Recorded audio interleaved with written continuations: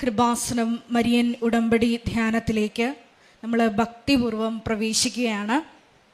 ഈശോയുടെ നമുക്ക് ഹൃദയത്തിൽ നന്ദി പറയാം. ദൈവപിതാവിനാൽ ആകർഷിക്കപ്പെട്ട് പരിശുദ്ധ ദൈവമാതാവ് ജീവനോടെ പ്രത്യക്ഷയായ ഈ അൾത്താരയ്ക്ക് ചുറ്റും ഈ സമയം നമ്മളെ ഒരുമിച്ച് കൂട്ടിയ ദൈവത്തിൻ്റെ സ്നേഹത്തിന് നമുക്ക് നന്ദി പറയാം.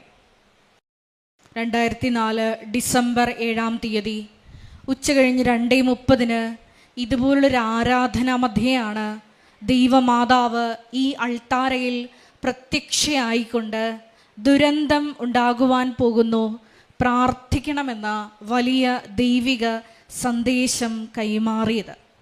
ജീവിതത്തിൻ്റെ വിവിധ ദുരന്ത മുഖങ്ങളിലായിരുന്നു കൊണ്ടാണ് നമ്മളും പരിശുദ്ധ അമ്മ ജീവനോടെ പ്രത്യക്ഷപ്പെട്ട ഈ ആലയത്തിലേക്ക് കടന്നു വന്ന് മരിയൻ ഉടമ്പടിയെടുത്ത് പ്രാർത്ഥിച്ചുകൊണ്ട് ഈ ദുരന്തമുഖത്തെ അതിജീവിക്കുവാൻ ശ്രമിക്കുന്നത്. ഈ ധ്യാനം നയിക്കുവാൻ പോകുന്ന ബഹുമാനപ്പെട്ട VP ജോസഫ് അച്ഛൻ്റെ ആരോഗ്യത്തെ പ്രത്യേകമായിട്ട് സമർപ്പിച്ച് നമുക്ക് പ്രാർത്ഥിക്കാം. ദൈവപിതാവിൻ്റെ കരങ്ങളിൽ അച്ഛനെ പൂർണ്ണമായി സമർപ്പിച്ച് നമുക്കൊരു നിമിഷം മൗനമായിട്ട് പ്രാർത്ഥിക്കാം. ഈശോയെ, ഈ ധ്യാനത്തിലുടനീളം, ആരാധനയിലുടനീളം നീ ഞങ്ങളോട് വ്യക്തിപരമായി സംസാരിക്കണമേ എന്ന് ഞങ്ങൾ പ്രാർത്ഥിക്കുന്നു. ഞങ്ങളുടെ ജീവിതത്തിൽ കൃപ വന്ന് നിറയുവാൻ തടസ്സമായി നിൽക്കുന്ന എല്ലാ മേഖലകളെയും ഈശോയെ ഈ ആരാധനയിലൂടെ ഞങ്ങൾക്ക് വെളിപ്പെട്ട് കിട്ടണമേ എന്ന് പ്രത്യേകമായിട്ട് പ്രാർത്ഥിക്കുന്നു.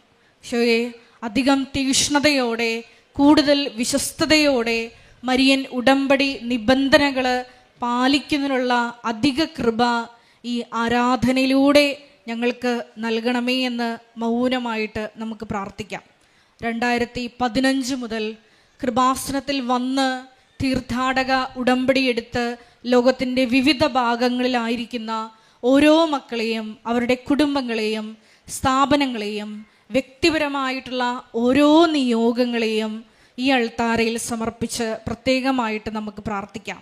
അവരിന്ന് കടന്നുപോയിക്കൊണ്ടിരിക്കുന്ന പ്രത്യേകമായിട്ടുള്ള ജീവിത സാഹചര്യങ്ങളെ, നൊമ്പരങ്ങളെയെല്ലാം നമുക്ക് ഈ അൾത്താരയിൽ അവർക്ക് വേണ്ടി ഇറക്കി വെച്ച് പ്രാർത്ഥിക്കാം. ഒപ്പം തന്നെ 2020 മുതൽ ഓൺലൈനായി ഉടമ്പടിയെടുത്ത് പ്രാർത്ഥിക്കുന്ന വിവിധ ഭൂഖണ്ഡങ്ങളിലായിരിക്കുന്ന ഓരോ മക്കളുടെയും വ്യക്തിപരമായ നിയോഗങ്ങളെ ഈ അൾത്താരയിൽ നമുക്ക് സമർപ്പിച്ച് പ്രാർത്ഥിക്കാം. വിവിധങ്ങളായ സമയങ്ങളിൽ സോഷ്യൽ മീഡിയ പ്ലാറ്റ്ഫോമുകളിലൂടെ ഈ മരിയൻ ഉടമ്പടി ആരാധനയിൽ പങ്കെടുത്ത് കണ്ണുനീരോടെ പ്രാർത്ഥിക്കുവാൻ പോകുന്ന മുഴുവൻ മക്കളെയും ഈ അൾത്താരയിൽ സമർപ്പിച്ച് നമുക്ക് പ്രാർത്ഥിക്കാം. ഒരിക്കൽ കൂടെ നാളിതുവരെ കൃപാസനത്തിൽ വന്ന് മരിയൻ ഉടമ്പടിയെടുത്ത് പ്രാർത്ഥിച്ചു പോയിട്ടുള്ള മുഴുവൻ ദൈവമക്കളുടെയും നിയോഗങ്ങളെ ഈ അൾത്താരയിൽ സമർപ്പിച്ചുകൊണ്ട് ബഹുമാനപ്പെട്ട VP ജോസഫ് അച്ഛൻ്റെ പ്രത്യേകമായ നിയോഗങ്ങളെ അൾത്താരയിൽ സമർപ്പിച്ചുകൊണ്ട് ദിവ്യകാരുണ്യനാഥനെ വരവേറ്റുകൊണ്ട് നമുക്ക് സ്നേഹത്തോടെ ശക്തമായി സ്തുതിക്കാം. Hallelujah, hallelujah, hallelujah. ഷോയെ, നിന്റെ ശക്തി, മഹത്വം ഈ ആലയത്തിൽ ഈ സമയം പ്രകടമാക്കണമേ എന്ന് പ്രാർത്ഥിക്കുന്നു. അപ്പോസ്തല സമൂഹത്തോടൊപ്പം, ദൈവമാതാവിനോടൊപ്പം സെഹിയോൻ മാളികയിൽ പ്രാർത്ഥിച്ചപ്പോ പരിശുദ്ധാത്മ ശക്തി അഗ്നിയുടെ രൂപത്തിൽ അയച്ചതുപോലെ ഞങ്ങളുടെ സമൂഹത്തിലേക്കും ആത്മാവിന്റെ ശക്തി നിറയ്ക്കണമേ എന്ന് പ്രാർത്ഥിക്കുന്നു. ലോകത്തിന്റെ അതിർത്തികൾ വരെയും നിനക്ക് സാക്ഷ്യം വഹിക്കുവാൻ ഈശോയെ ഈ സമയം ഞങ്ങളെ തിരഞ്ഞെടുത്ത് അഭിഷേകം ചെയ്യണമേ. Hallelujah, hallelujah, hallelujah. മഹത്വം, മഹത്വം, ആരാധന, ആരാധന. Hallelujah, hallelujah, hallelujah. ദൈവപിതാവേ നന്ദി, ദൈവപിതാവേ മഹത്വം, ദൈവപിതാവേ ആരാധന.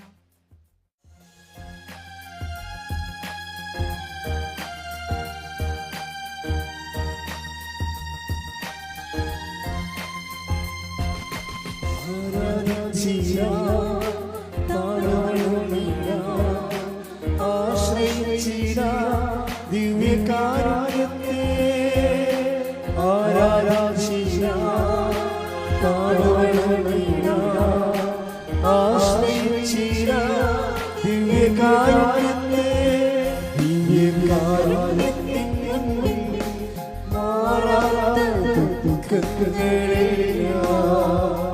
ദിവ്യകാരുണ്യത്തിൻ മുൻപിൽ തീരാ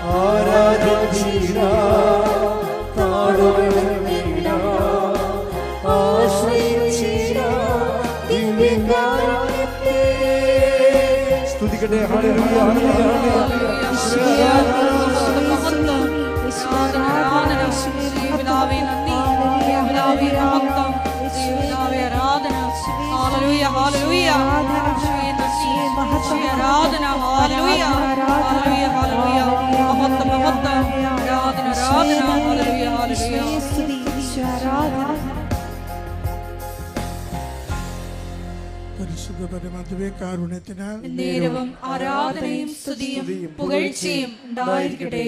പരിശുദ്ധ പരമദിവ്യകാരുണ്യത്തിന് നേരവും ആരാധനയും സ്തുതിയും പുകഴ്ചയും ഉണ്ടായിരിക്കട്ടെ.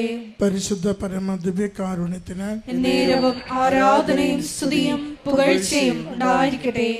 അമ്മേ പരിശുദ്ധ അമ്മേ, അമ്മേ പരിശുദ്ധ അമ്മേ, ദൈവമാതാവേ, ദൈവമാതാവേ, കൃപാസനത്തിലൂടെ ഞങ്ങൾക്കും ഞങ്ങളുടെ ദേശത്തിനും അമ്മ മാധ്യസ്ഥം തേടി തന്ന എല്ലാ അനുഗ്രഹങ്ങൾക്കും കൃപകൾക്കും ഞങ്ങളിപ്പോൾ ഹൃദയം നിറഞ്ഞ നന്ദി പറയുന്നു. നമുക്ക് ഒരുമിച്ച് സ്തുതിച്ച് പ്രാർത്ഥിക്കാം.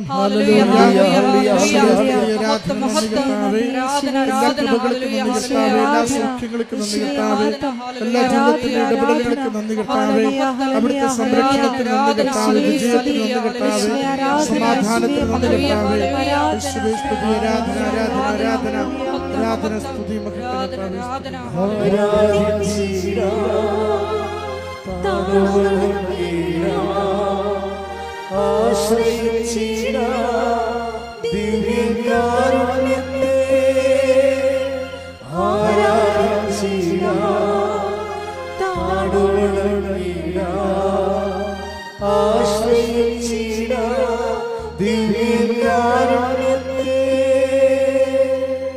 പരിശുദ്ധ പരമദിവ്യകാരുണ്യത്തിന് ആരാധനയും സ്തുതിയും പുകഴ്ചയും ഉണ്ടായിരിക്കട്ടെ. പരിശുദ്ധ പരമദിവ്യകാരുണ്യത്തിന് ആരാധനയും സ്തുതിയും പുകഴ്ചയും ഉണ്ടായിരിക്കട്ടെ. പരിശുദ്ധ പരമദിവ്യകാരുണ്യത്തിന് ആരാധനയും സ്തുതിയും പുകഴ്ചയും ഉണ്ടായിരിക്കട്ടെ.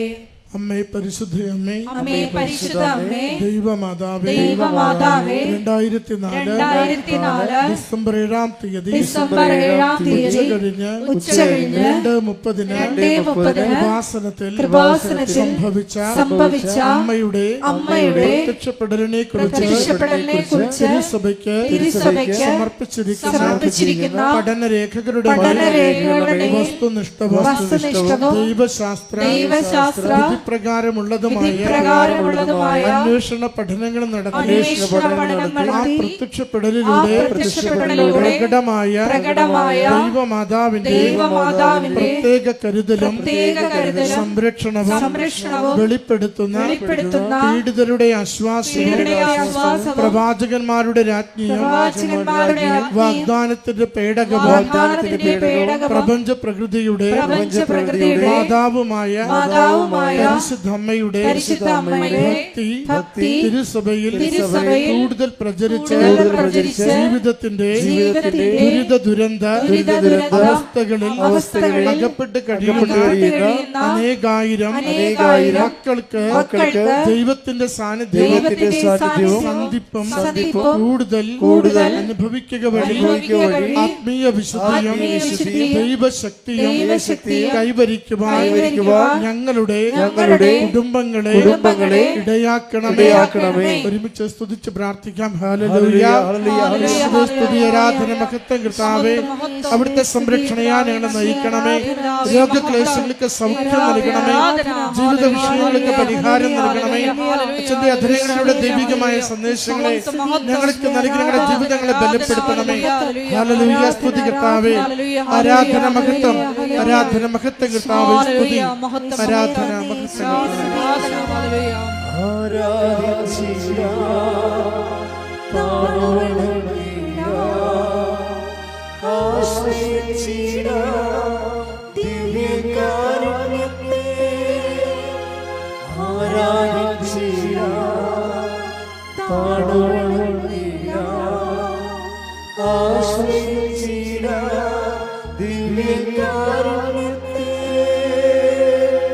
പരിശുദ്ധ പരമ ദിവ്യകാരുണ്യത്തിന് ആരാധനയും സ്തുതിയും പുകഴ്ചയും ഉണ്ടായിരിക്കട്ടെ. പരിശുദ്ധ പരമ ദിവ്യകാരുണ്യത്തിന് ആരാധനയും സ്തുതിയും പുകഴ്ചയും ഉണ്ടായിരിക്കട്ടെ. പരിശുദ്ധ പരമ ദിവ്യകാരുണ്യത്തിന് ആരാധനയും സ്തുതിയും പുകഴ്ചയും ഉണ്ടായിരിക്കട്ടെ.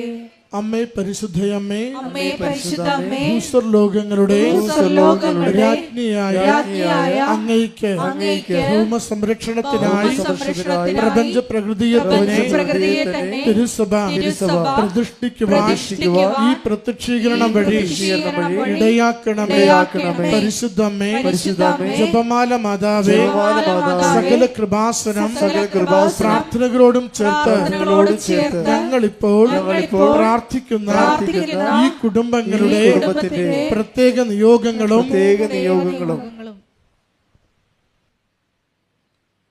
നമ്മുടെ എല്ലാ അപേക്ഷകളും ആവശ്യങ്ങളും കൃപാസന മാതാവിൻ്റെ സംരക്ഷണയിൽ ദിവ്യകാരുണ്യനാഥന് സമർപ്പിക്കാം. പി ജോസഫ് അച്ഛൻ്റെ മിഷൻ നിയോഗങ്ങൾക്ക് വേണ്ടിയും പ്രാർത്ഥിക്കാം.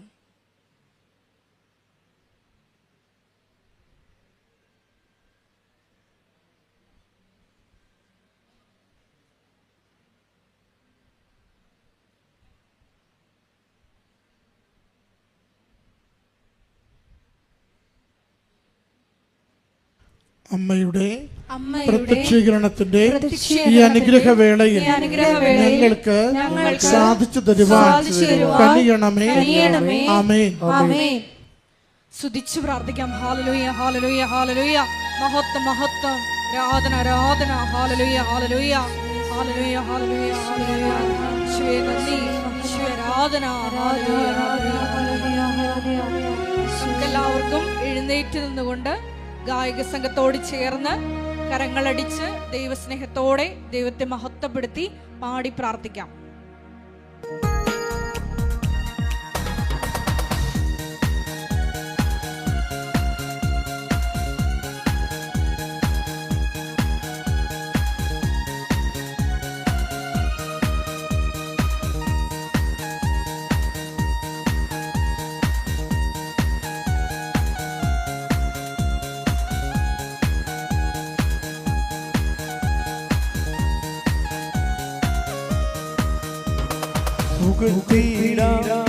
യേശുവിനെ ക്രൂശിലെ ജയാളി സ്തുതിച്ചിടാം. യേശുവിനെ സ്തുതിക്കവൻ യോഗ്യനല്ലോ.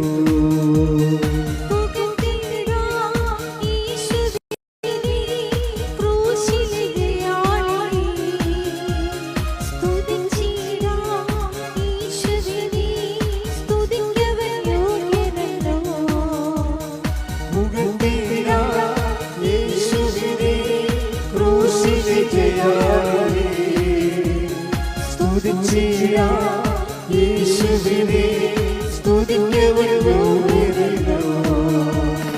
ആരാധിക്കാം യേശുവിനെ അധികം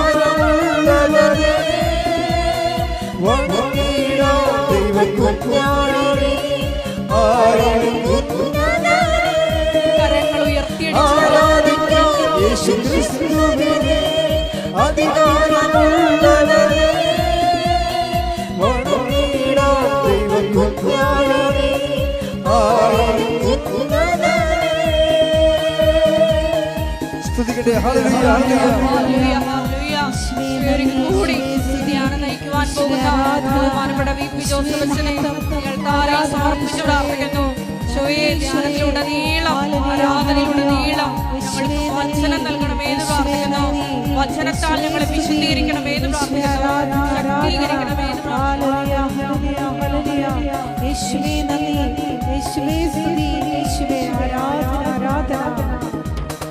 വിശ്വസിക്കാം യേശുവിനെ ഏകരക്ഷകരെ, ഏറ്റുപറയാം യേശുവിനെ കർത്താദി കർത്താവിനെ.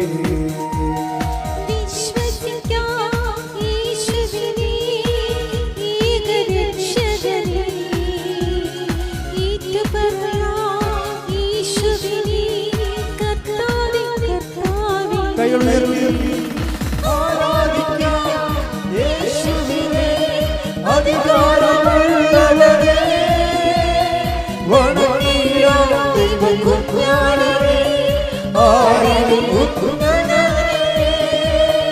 ആരാധിക്കാം യേശു ക്രിസ്തുവിനെ അധികാരമുള്ളവനെ വണങ്ങിടാം ദൈവകുഞ്ഞാടിനെ ആരാധിക്കുന്നവനെ. Hallelujah hallelujah hallelujah. കൃപാസനത്തിന്റെ എല്ലാ ശുശ്രൂഷ മേഖലകളെയും സാമൂഹിക സാംസ്കാരിക ആത്മീയ മേഖലകളെയും നിർമ്മാണ പ്രവർത്തനങ്ങളെയും താരയിൽ സമർപ്പിച്ച് പ്രാർത്ഥിക്കുന്നു. സമയബന്ധിതമായി ആഗ്രഹിക്കുന്ന സമയം പൂർത്തീകരിക്കുവാനും വലിയ വലിയ ദൈവിക മനസ്സ് സത്യങ്ങളിലൂടെ വെളിപ്പെട്ട് കിട്ടുവാനുമുള്ള വലിയ കൃപയ്ക്ക് വേണ്ടി പ്രാർത്ഥിക്കുന്നു. Hallelujah hallelujah. യേശുവിനെ ഏറ്റവും പ്രിയനായോരേ, സേവിച്ചിടാം യേശുവിനെ എന്നുമെന്നും മനമേ.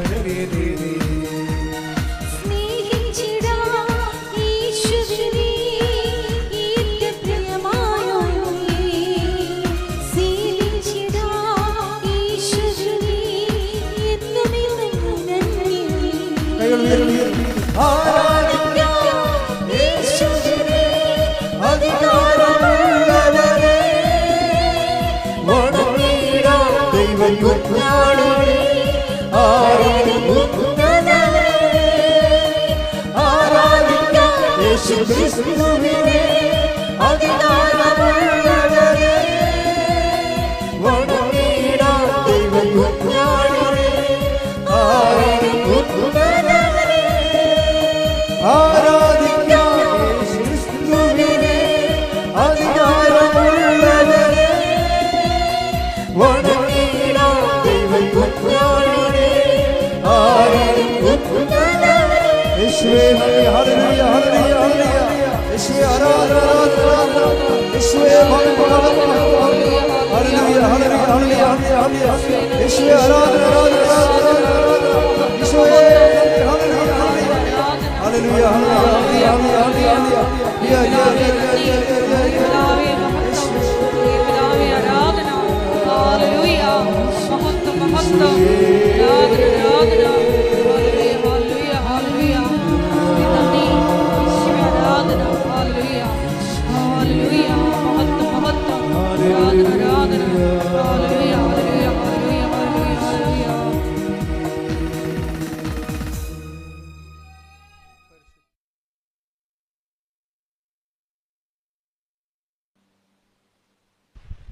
സ്നേഹമുള്ളവരെ, പ്രധാനപ്പെട്ട അറിയിപ്പുകളാണ് ഈ സമയം നൽകുന്നത്. കൃപാസനത്തിൽ എല്ലാ ദിവസവും തീർത്ഥാടകർക്ക് മരിയൻ ഉടമ്പടി എടുക്കാനും പുതുക്കാനുമുള്ള അവസരമുണ്ട്. കൂടാതെ എല്ലാ ദിവസവും രാവിലെ 10:30 ഇംഗ്ലീഷ് മരിയൻ ഉടമ്പടി ക്ലാസ്സും 1:30 ഹിന്ദി മരിയൻ ഉടമ്പടി ക്ലാസ്സും രണ്ടാം ചൊവ്വാഴ്ചകളിൽ തമിഴ് മരിയൻ ഉടമ്പടി ക്ലാസ്സും ഉണ്ടായിരിക്കുന്നതാണ്. കൃപാസനത്തിൽ സമർപ്പണ ജീവിതം നയിക്കാൻ ആഗ്രഹിക്കുന്ന സഹോദരങ്ങൾ 8281297511 എന്ന വാട്സപ്പ് നമ്പറിൽ കോൺടാക്റ്റ് ചെയ്യുക. കൃപാസനത്തിലെ വെഞ്ചിരിച്ച നേർച്ച വസ്തുക്കൾ നമ്മുടെ കോമ്പൗണ്ടിനുള്ളിൽ സ്റ്റോളിൽ മാത്രമാണ് ലഭ്യമായിട്ടുള്ളത്. പുറത്തുനിന്ന് ലഭിക്കുന്ന തിരികൾ, അതുപോലെ തന്നെ പൂവ്, ഇതൊന്നും കൃപാസനത്തിൻ്റെ നേർച്ച വസ്തുക്കളുടെ കൂട്ടത്തിൽ പെടുന്നതല്ല. തീർച്ചയായിട്ടും നിങ്ങൾക്ക് വെഞ്ചിരിച്ച നേർച്ച വസ്തുക്കൾ കൃപാസനം കോമ്പൗണ്ടിൻ്റെ ഉള്ളിൽ നിന്ന് മാത്രമാണ് ലഭിക്കുന്നത്. പ്രത്യാശയുടെ മഹാജൂബിലിയോടനുബന്ധിച്ച് അഭിമന്യ ആലപ്പുഴ രൂപതാധ്യക്ഷൻ കൃപാസനം പ്രത്യക്ഷീകരണ സന്നിധാനത്തെ പൂർണ്ണ ദണ്ഡവിമോചനം പ്രാപിക്കുവാനുള്ള തീർത്ഥാടന കേന്ദ്രങ്ങളിലൊന്നായി ഉയർത്തിയിട്ടുണ്ട്. അതിനോടനുബന്ധിച്ചിട്ടുള്ള കുമ്പസാര ശുശ്രൂഷ കൃപാസനം മിഷൻ സെൻറ്ററിനോട് ചേർന്നുള്ള ചാപ്പലിൽ എല്ലാ ദിവസവും രാവിലെ 10 മണി മുതൽ വൈകുന്നേരം 4:30 മണി വരെ ഉണ്ടായിരിക്കുന്നതാണ്. ലോകത്തിൻ്റെ വിവിധ ഭൂഖണ്ഡങ്ങളിലായിരിക്കുന്ന ഉടമ്പടിയെടുത്ത സഹോദരങ്ങൾക്ക് കൃപാസന മധ്യസ്ഥ പ്രാർത്ഥനയോട് ചേർന്നുകൊണ്ട് അഖണ്ഡ ജപമാല ഗ്രൂപ്പുകൾ തുടങ്ങാവുന്നതാണ്. കൂടുതൽ വിവരങ്ങൾക്ക് 9447285400 എന്ന നമ്പറിൽ ബന്ധപ്പെടുക. കൃപാസനം പത്രം 23 ഭാഷകളിൽ ലഭ്യമാണ്. നാഷണൽ ഇൻ്റർനാഷണൽ ഭാഷകൾ ഉൾപ്പെടെ 23 ഭാഷകളിൽ ലഭ്യമാണ്. അതിനെക്കുറിച്ചുള്ള കൂടുതൽ വിവരങ്ങൾ കൃപാസനത്തിൻ്റെ സോഷ്യൽ മീഡിയ പ്ലാറ്റ്ഫോമുകളിൽ ലഭ്യമാണ്. അതാത് ഭാഷകളിലുള്ള പത്രങ്ങൾ വാങ്ങിച്ച് പ്രേക്ഷിത പ്രവർത്തനം ചെയ്യാൻ ആഗ്രഹിക്കുന്നവരും ഈ കോപ്പി ആവശ്യമുള്ളവരും ആ ബന്ധപ്പെട്ട മെയിൽ അഡ്രസ്സിലോ കോൺടാക്റ്റ് നമ്പറിലോ നിങ്ങൾക്ക് ബന്ധപ്പെടാവുന്നതാണ്. കൃപാസനത്തിൽ തീർത്ഥാടക ഉടമ്പടി എടുത്ത് പോയിട്ടുള്ളവർ, സാക്ഷ്യം പറയാത്തവർ എത്രയും വേഗം അത് അൾത്താരയിൽ വന്ന് പറഞ്ഞ് ദൈവമഹത്വ രൂപാന്തരീകരണമാക്കി മാറ്റണമെന്ന് സ്നേഹപൂർവ്വം ഓർമ്മപ്പെടുത്തുന്നു. ബഹുമാനപ്പെട്ട VP ജോസഫ് അച്ഛനെ പ്രാർത്ഥന കൗൺസിലിംഗിലായി വരുന്നവരുടെ ശ്രദ്ധയ്ക്ക് വ്യാഴം ഞായർ ദിവസങ്ങളിൽ ബഹുമാനപ്പെട്ട അച്ഛൻ ആരെയും കാണുന്നതല്ല. ബാക്കിയുള്ള ദിവസങ്ങളിൽ അച്ഛനെ കാണാൻ വരാൻ ആഗ്രഹിക്കുന്ന സഹോദരങ്ങൾ ആദ്യമേ തന്നെ മരിയൻ ഉടമ്പടിയിലാണെന്നും നിബന്ധനകൾ വിശ്വസ്തതാപൂർവ്വം പാലിക്കുന്നുവെന്നും ഉറപ്പുവരുത്തുക. 9447285400 എന്ന നമ്പറിൽ കോൺടാക്റ്റ് ചെയ്തതിന് ശേഷം അച്ഛൻ അന്ന് ഉണ്ടോ ഇല്ലയോ എന്ന് ഉറപ്പുവരുത്തുക. കൃപാസനത്തിൽ മരിയൻ ഉടമ്പടി എടുത്ത് പ്രാർത്ഥിക്കുന്നവർ നിങ്ങളുടെ ഉടമ്പടി നിബന്ധന പ്രകാരം മരിയൻ ഉടമ്പടി ധ്യാനത്തിൽ ഭക്തിപൂർവ്വം പങ്കെടുത്ത് പ്രാർത്ഥിക്കേണ്ടതും ഒപ്പം തന്നെ നിങ്ങളുടെ സോഷ്യൽ മീഡിയ പ്ലാറ്റ്ഫോമുകളിലൂടെ ഷെയർ ചെയ്യേണ്ടതുമാകും. എല്ലാ ദിവസവും രാവിലെ 5:30 മണിക്ക് അവർ ഡെയിലി ബ്രെഡ് പ്രാർത്ഥനയോട് കൂടിയിട്ടാണ് കൃപാസനം മരിയൻ ഉടമ്പടി ജീവിതം ഓരോ വ്യക്തികളും ആരംഭിക്കേണ്ടത് എന്നുകൂടി സ്നേഹപൂർവ്വം ഓർമ്മപ്പെടുത്തുന്നു.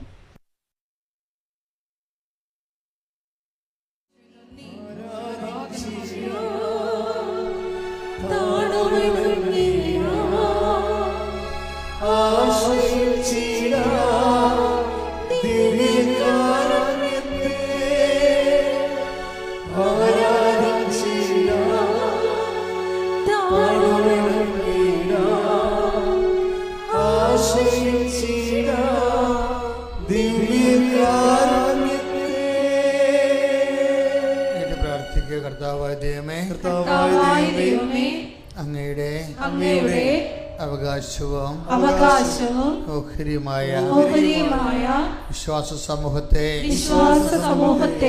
അങ്ങ് ആശീർവദിക്കണമേ. കണ്ണുനീരോടെയാണ് അവർ വരുന്നത്. ഞാനവരെ ആശ്വസിപ്പിച്ച് നയിക്കും എന്നുള്ള അങ്ങയുടെ വിലയേറിയ വാഗ്ദാനം ഈ ആരാധന സമയം എല്ലാവർക്കും അനുഭവവേദ്യമാകാൻ ഇടയാക്കണമേ. കർത്താവേ, ജോലി നഷ്ടപ്പെട്ടവരെ കുടുംബം എങ്ങനെ പോറ്റണമെന്ന് അറിയാതെ നട്ടം തിരിയുന്നവരെ മക്കളെ കുറിച്ച് മക്കളെക്കുറിച്ചും അവരുടെ ഭാവിയെക്കുറിച്ചും ഭാവി വിദ്യാഭ്യാസത്തെക്കുറിച്ചും ഒരാശയവും കിട്ടാതെ എന്ത് തിരഞ്ഞെടുക്കണമെന്ന് പോലും അറിയാതെ തിരഞ്ഞെടുക്കുന്നത് ലഭ്യമല്ലാതെ പലതരത്തിലുള്ള വ്യാകുലങ്ങള് അനുഭവിക്കുന്നവരെ അമ്മേ പരിശുദ്ധമ്മേ ദേവമാതാവേ അമ്മേ പരിശുദ്ധമ്മേ ദേവമാതാവേ ഇപ്പോഴ് ഈ ആരാധനയില് അവർക്ക് പുതിയ വെളിച്ചം പുതിയ വഴി ഇതാണ് വഴി ഇതിലേ പോവുക എന്ന് പറഞ്ഞുകൊണ്ട് ജനരാശികളെ ലക്ഷ്യങ്ങളിലേക്ക് അയച്ച നല്ല ദൈവമേ വഴിയും സത്യവും ജീവനുമായവനെ നിന്റെ മുഖത്ത് നോക്കി നീ നടക്കേണ്ട വഴി ഞാൻ നിന്നെ ഉപദേശിക്കുമെന്ന് അരുളി ചെയ്ത എന്റെ കർത്താവേ ഈ പ്രാർത്ഥനാ സമൂഹത്തിലെ ആരാധനാ സമൂഹത്തിലെ ആത്മശക്തിയുടെ ധൈര്യത്തിന്റെ അഭിഷേകമായി ഇരുട്ടിനെ നോക്കിക്കൊണ്ട് വെളിച്ചമുണ്ടാവട്ടെ എന്ന് കൽപ്പിച്ചപ്പോഴ് പ്രപഞ്ചത്തിലെ വെളിച്ചം തികഞ്ഞതുപോലെ എല്ലാ മനുഷ്യരുടെയും ജീവിതത്തിലെ പ്രത്യേകിച്ച് ഓരോരോ വിഷയങ്ങളിലെ ഇരുട്ട് മൂടിപ്പോയവരുടെ കുടുംബ ജീവിതത്തിലേക്ക് ജീവിത വിഷയങ്ങളിലേക്ക് കാനായിലെ കല്യാണത്തിലെ പോലെ അവർക്ക് വീഞ്ഞില്ല, അവർക്ക് വീടില്ല, ജോലിയില്ല, കടമാണ്, അവർ ശവം പോലെയാണ്, അവർ രക്ഷിക്കാൻ ആളില്ല എന്ന് പറഞ്ഞുകൊണ്ട് ദൈവതിരുസന്നിധിയിൽ ഞങ്ങൾക്ക് വേണ്ടി മധ്യസ്ഥം വഹിച്ച അമ്മേ പരിശുദ്ധമ്മേ കൃപാസനം മാതാവേ ഉടമ്പടി സ്വരൂപമേ ഈശോയുടെ ജീവിക്കുന്ന കാരുണ്യ സാന്നിധ്യത്തിലെ ഞങ്ങൾ കൈപ്പടി പ്രാർത്ഥിക്കുന്നു, ദൈവമായ വിശ്വാസത്തോട് പ്രാർത്ഥിക്കുന്നു, ദൈവസ്നേഹത്തോട് പ്രാർത്ഥിക്കുന്നു. ഈ നിമിഷം അമ്മയുടെ മാധ്യസ്ഥതയിലെ യേശുവിന്റെ നാമത്തിലെ അടയാളങ്ങള്, വഴികള്, വെളിച്ചങ്ങള് ജീവിതത്തിലെ സംഭവിക്കട്ടെ.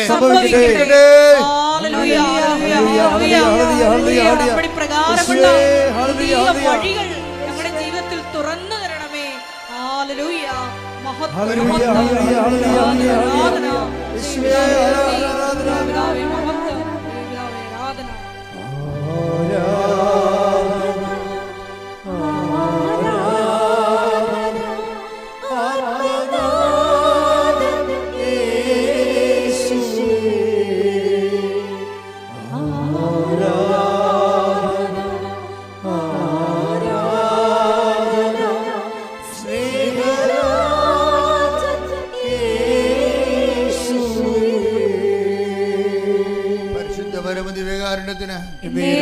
ആരാധനയും സ്തുതിയും പുകഴ്ചയും ഉണ്ടായിരിക്കട്ടെ. കർത്താവേ, സത്യസന്ധമായ ആരാധനയ്ക്ക് അനുയോജ്യമായ ദൈവസ്നേഹത്താൽ ഞങ്ങളെ അഭിഷേകം ചെയ്യണമേ. അടിപ്പിണർ പോലെ വൈദ്യുതാഘാതം പോലെ ദൈവികമായ ശക്തി ഈ ആത്മീയ സമൂഹത്തിലേക്ക് അഭിഷേകമായി നിറയട്ടെ. സ്തുതിക്കട്ടെ. Hallelujah, hallelujah, hallelujah. യേശുവേ നന്ദി. Hallelujah, hallelujah.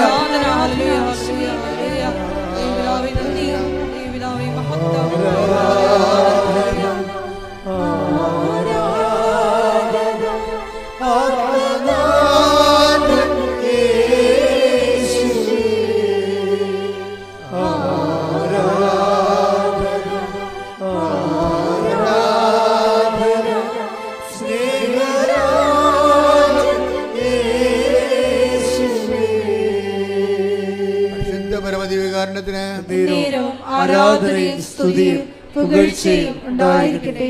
പ്രാർത്ഥി കർത്താവായ ദൈവമേ, തകർന്നുപോയ കുടുംബങ്ങള്, മരണങ്ങൾ സംഭവിച്ച കുടുംബങ്ങള്, ദുഃഖത്തിൽ ആണ്ടുപോയ കുടുംബങ്ങള്, ഡിപ്രഷൻ ബാധിച്ച വ്യക്തികള്, ഇനി എന്ത് ചെയ്യണമെന്ന് ഒരു ആശയമില്ലാത്തവര്, ആത്മവിശ്വാസമില്ലാത്തവര്, ആത്മധൈര്യത്തിന്റെ അഭിഷേകം അവരിലേക്ക് ആവഹിക്കപ്പെടട്ടെ. ശ്രുതികട്ടെ.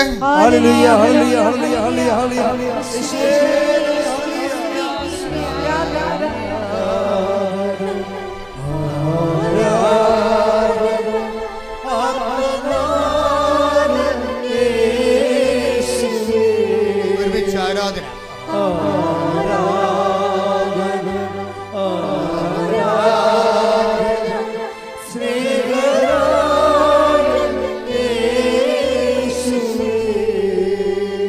പരമദിവ്യകാരുണ്യത്തിന്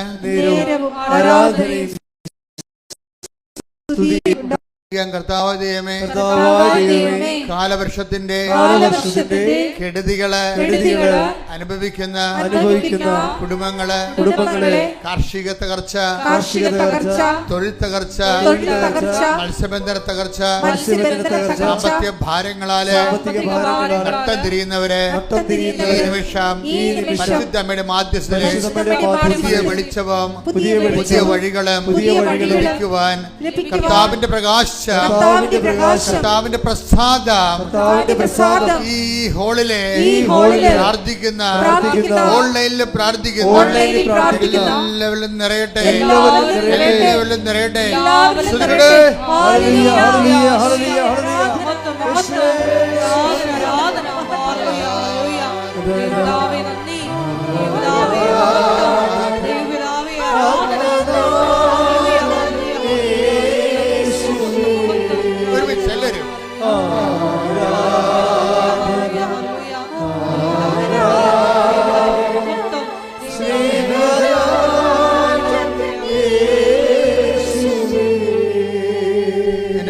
ദൈവപ്രസാദം നിറഞ്ഞു നിൽക്കുന്ന ഒരു സമയമാണ്. കർത്താവ് നമ്മളെ വിളിച്ചു വരുത്തിയതാണ്. നിന്റെ കണ്ണീരിന്റെ കാലത്ത് കർത്താവ് നിന്നെ വിളിച്ചു വരുത്തിയതാണ്. അവിടുത്തെ അമ്മയുടെ ചിറകിലെ സാന്ത്വനത്തിന്റെ കരങ്ങളില് നിന്നെ ആശ്വസിപ്പിക്കുവാൻ കർത്താവ് തീരുമാനിച്ചിരിക്കുന്നു. കൈയടിക്കട്ടെ.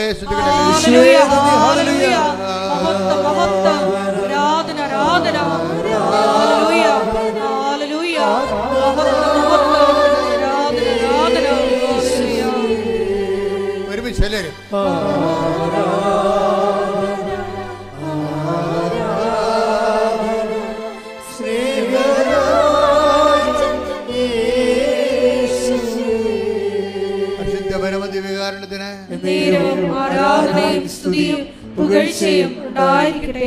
Help those who have all kinds of troubles.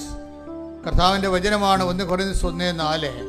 എല്ലാ തരത്തിലും ക്ലേശം അനുഭവിക്കുന്നവരെ ആശ്വസിപ്പിക്കുവിൻ. ദൈവത്തിന്റെ വചനത്തിന്റെ ലക്ഷ്യം എന്താണ്? എല്ലാ തരത്തിലും കൃപാസനം നോക്കിയാൽ, സാക്ഷ്യം നോക്കിയാൽ നിങ്ങൾക്ക് മനസ്സിലാകും. എല്ലാ തരത്തിലും ക്ലേശം അനുഭവിക്കുന്നവരെ ദൈവം അമ്മയുടെ മധ്യസ്ഥലെ ആശ്വസിപ്പിച്ചുകൊണ്ടിരിക്കുകയാണ്. ശ്രുതികട്ടെ. Hallelujah, hallelujah, hallelujah. മഹത്വം, മഹത്വം. ദൈവപിതാവേ നന്ദി, ദൈവപിതാവേ മഹത്വം, ദൈവപിതാവേ ആരാധന. Hallelujah, hallelujah.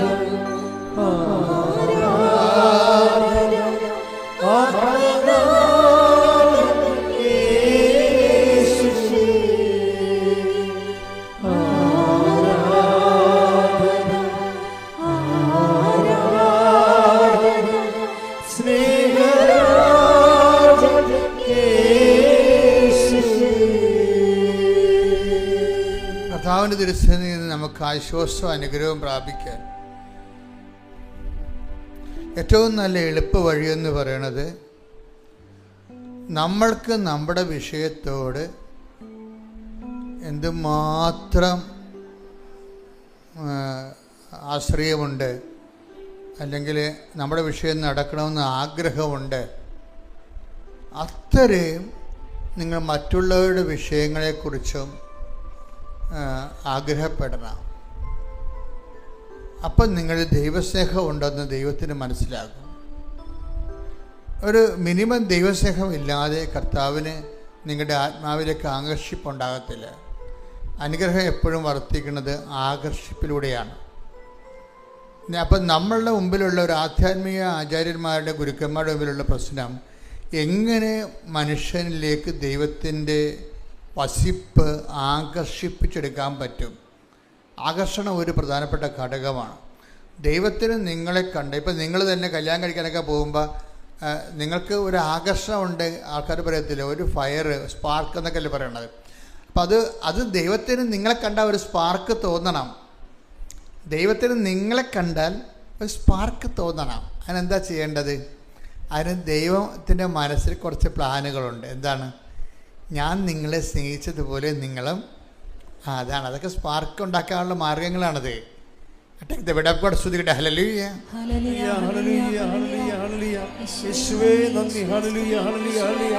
യോഹന്നാൻ 13:35. യോഹന്നാന്റെ സുവിശേഷം 13:35. നിങ്ങൾ പരസ്പരം സ്നേഹിക്കുവിൻ. നിങ്ങൾ പരസ്പരം സ്നേഹിക്കുവിൻ. ഞാൻ നിങ്ങളെ സ്നേഹിച്ചതുപോലെ നിങ്ങളും പരസ്പരം സ്നേഹിക്കുവിൻ. നിങ്ങൾക്ക് ദൈവത്തിന് നിങ്ങളുടെ മേൽ സ്പാർക്ക് ഉണ്ടാക്കാനുള്ള ഒരു പ്രധാനപ്പെട്ട ഒരു സൊല്യൂഷനാണത്, ഫോർമുലയാണ്. നിങ്ങളെപ്പോഴും ദൈവത്തിന് ഇപ്പം എൻ്റെ പിതാവിനാൽ ആകർഷിക്കപ്പെടാതെ ആർക്കും എൻ്റെ അടുത്ത് വരുവാൻ സാധ്യമല്ല. ടേക്ക് ഇവിടെ ശ്രദ്ധിക്കട്ടെ. ഹല്ലേലൂയ, ഹല്ലേലൂയ, ഹല്ലേലൂയ, ഹല്ലേലൂയ,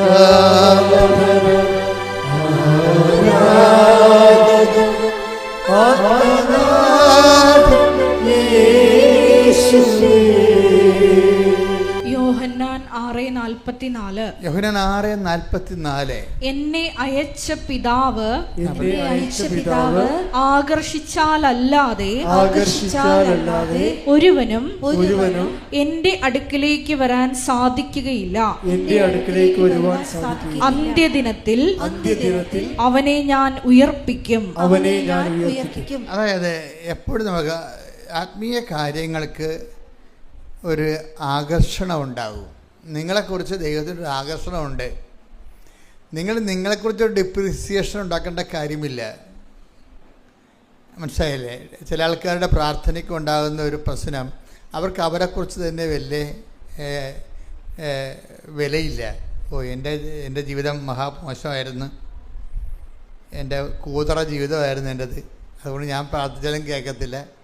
അങ്ങനെ നിങ്ങൾക്ക് നിങ്ങളെക്കുറിച്ചൊരു ഐഡിയ, ഡിപ്രിസിയേഷനാണ് ഉള്ളത്. എന്താണ്? ഒരു മിനിമം, അതൊരു മൂല്യക്കുറവുണ്ട്. അതിൻ്റെ ആവശ്യമില്ലെന്നാണ് ഇപ്പോൾ പരിശുദ്ധാത്മാ പറയണത്. എന്താ കാര്യം?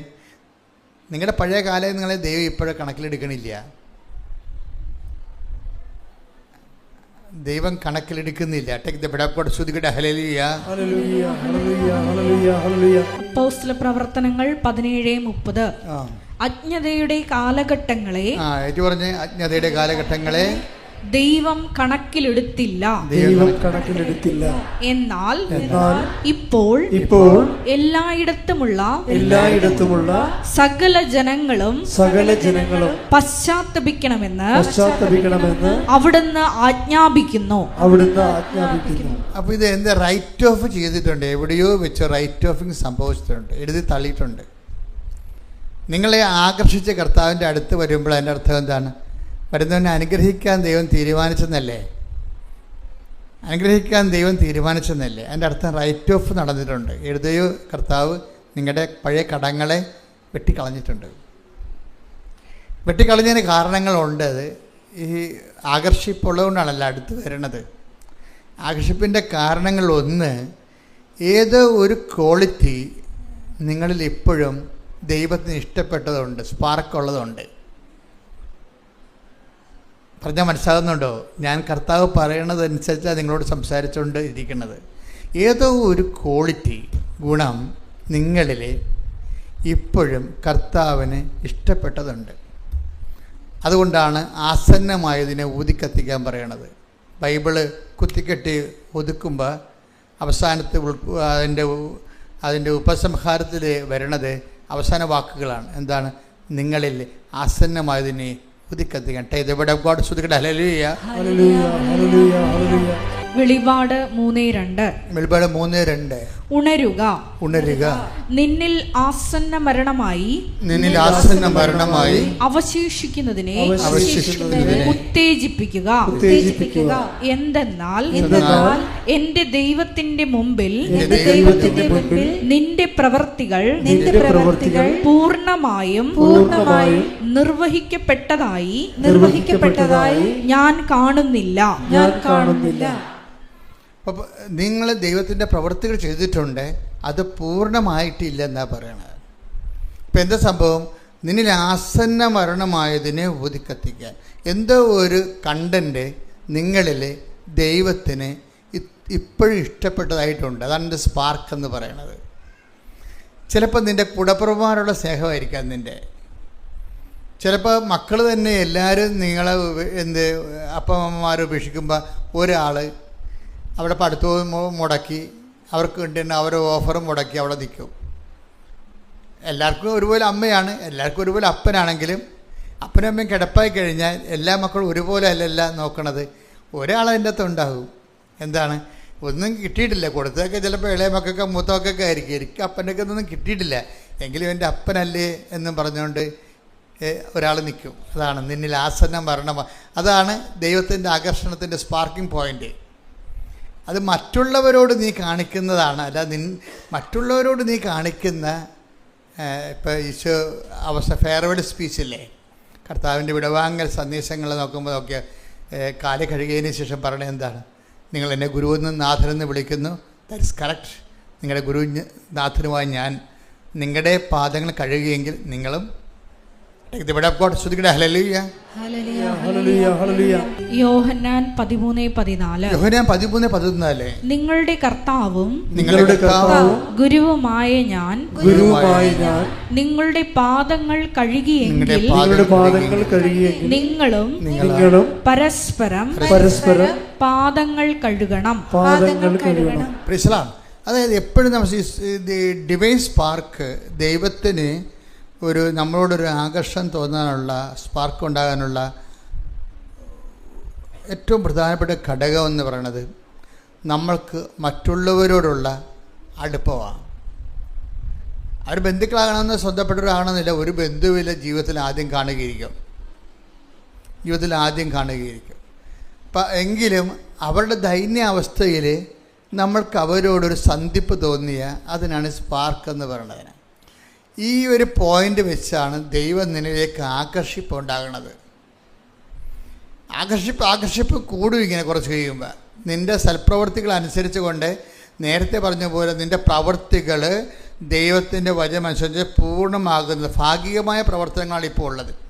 അത് ദൈവസ്നേഹത്താൽ പൂർണ്ണമാകുന്ന അനുസരിച്ച് കൊണ്ട് എന്തു ചെയ്യും? ദൈവത്തിൻ്റെ ആകർഷണം അസൂയ നിർഭരമായ ആകർഷണമായിട്ട് മാറും. ആകർഷണത്തിൻ്റെ ഇൻറ്റൻസിറ്റി, അട്രാക്ഷൻ്റെ ഇൻറ്റൻസിറ്റി കൂടും. അതുകൊണ്ടാണ് നിൻ്റെ ആത്മാവിനെ അസൂയയോടെ അഭിലഷിച്ചോട്ടെ. യാക്കോബ് 4:5. യാക്കോബ് 4:5. നമ്മിൽ നിക്ഷേപിച്ചിരിക്കുന്ന ആത്മാവിനെ ദൈവം അസൂയയോടെ അഭിലഷിക്കുന്നു എന്ന തിരുവെഴുത്ത് വൃഥ ആണെന്ന് നിങ്ങൾ വിചാരിക്കുന്നുവോ? അതായത് ഇതിൻ്റെ വരുന്ന വിഷയം നമ്മൾ യോഹന്നാൻ 6:44 അനുസരിച്ചുകൊണ്ട് എൻ്റെ പിതാവിനാൽ ആകർഷിക്കപ്പെട്ടവർ എല്ലാവരും എൻ്റെ അടുത്ത് വരുമെന്ന് പറഞ്ഞു. അപ്പോൾ ഈ ആകർഷണത്തിൻ്റെ ഒരു കണ്ടൻ്റ് ഉണ്ട്. അതെന്തായിരിക്കും? ആകർഷണൻ്റെ കണ്ടൻറ്റ് നമുക്ക് മറ്റുള്ളവരുടെ കമ്മിറ്റ്മെൻറ്റാണ്. എപ്പോഴും ദൈവസ്നേഹം എപ്പോഴും പറയുന്നത്, ദൈവസ്നേഹത്തിൻ്റെ വിഷയം നമ്മൾക്ക് ദൈവസ്നേഹം കിട്ടി നമ്മളുടെ ഉദരപൂരണത്തിനേക്ക് മാത്രം ഉപയോഗിക്കുന്നവരുണ്ട്. അപ്പോൾ അതിനെക്കുറിച്ച് ബൈബിൾ പറയണത് ഉദരമാണ് അവരുടെ ദൈവമെന്നാണ്. അതാണ് വിഷയം. അത് എപ്പോഴും നമ്മൾ ശ്രദ്ധിക്കണം. നമ്മുടെ കാര്യം മാത്രം ജന്മകാലം മുഴുവനും നമ്മുടെ ജോലി, നമ്മുടെ മക്കളുടെ ഗതി പിടിക്കൽ, നമ്മുടെ മക്കളുടെ കല്യാണം, നമ്മുടെ മക്കൾ കുഞ്ഞുങ്ങളുണ്ടാകണത്, നമ്മുടെ വീട് വിൽക്കുന്നത്, നമ്മളെന്ന് പറഞ്ഞിരുന്നാൽ അതിന് ബൈബിൾ പറയണത് ഉദരമാണ് അവരുടെ ദൈവം എന്നാണ്. ഫിലിപ്പി 3:19 നാശമാണ് അവരുടെ അവസാനം, നാശമാണ് അവരുടെ അവസാനം, ഉദരമാണ് അവരുടെ ദൈവം, ഉദരമാണ് അവരുടെ ദൈവം, ലജ്ജാകരമായതിൽ അവർ അഭിമാനം കൊള്ളുന്നു. അതായത് ലജ്ജാകരമായ ദൈവത്തിന്റെ മുമ്പിൽ ഒരു വിലയുമില്ലാത്ത കാര്യത്തിന് വല്ലാത്ത അഭിമാനം. എപ്പോഴും ബൈബിൾ പറയണത് അഭിമാനിക്കുന്നതിന് ആദ്യം അഭിമാനിക്കേണ്ടത് നിങ്ങളുടെ കാറിലോ വീടിലോ നിങ്ങളുടെ ആസ്തിയിലോ നിങ്ങളുടെ ശമ്പളത്തിലോ നിങ്ങളുടെ പ്രൊമോഷനിലോ നിങ്ങളുടെ PR-ലോ ഒന്നുമല്ല. അഭിമാനിക്കുന്നവൻ കർത്താവിൽ അഭിമാനിക്കട്ടെ. 2 കൊരിന്തോസ് 10:17 ഏറ്റവും അഭിമാനിക്കുന്നവൻ കർത്താവിൽ അഭിമാനിക്കട്ടെ. അപ്പോൾ ഫുൾ സ്പാർക്കിലേക്ക് വരികയാണ്. എന്താണ് നമ്മുടെ ജീവിതത്തിൻ്റെ നിയോഗത്തിൻ്റെ നിത്യമായ ലക്ഷ്യം? എന്താണ്? ദൈവമാണ്.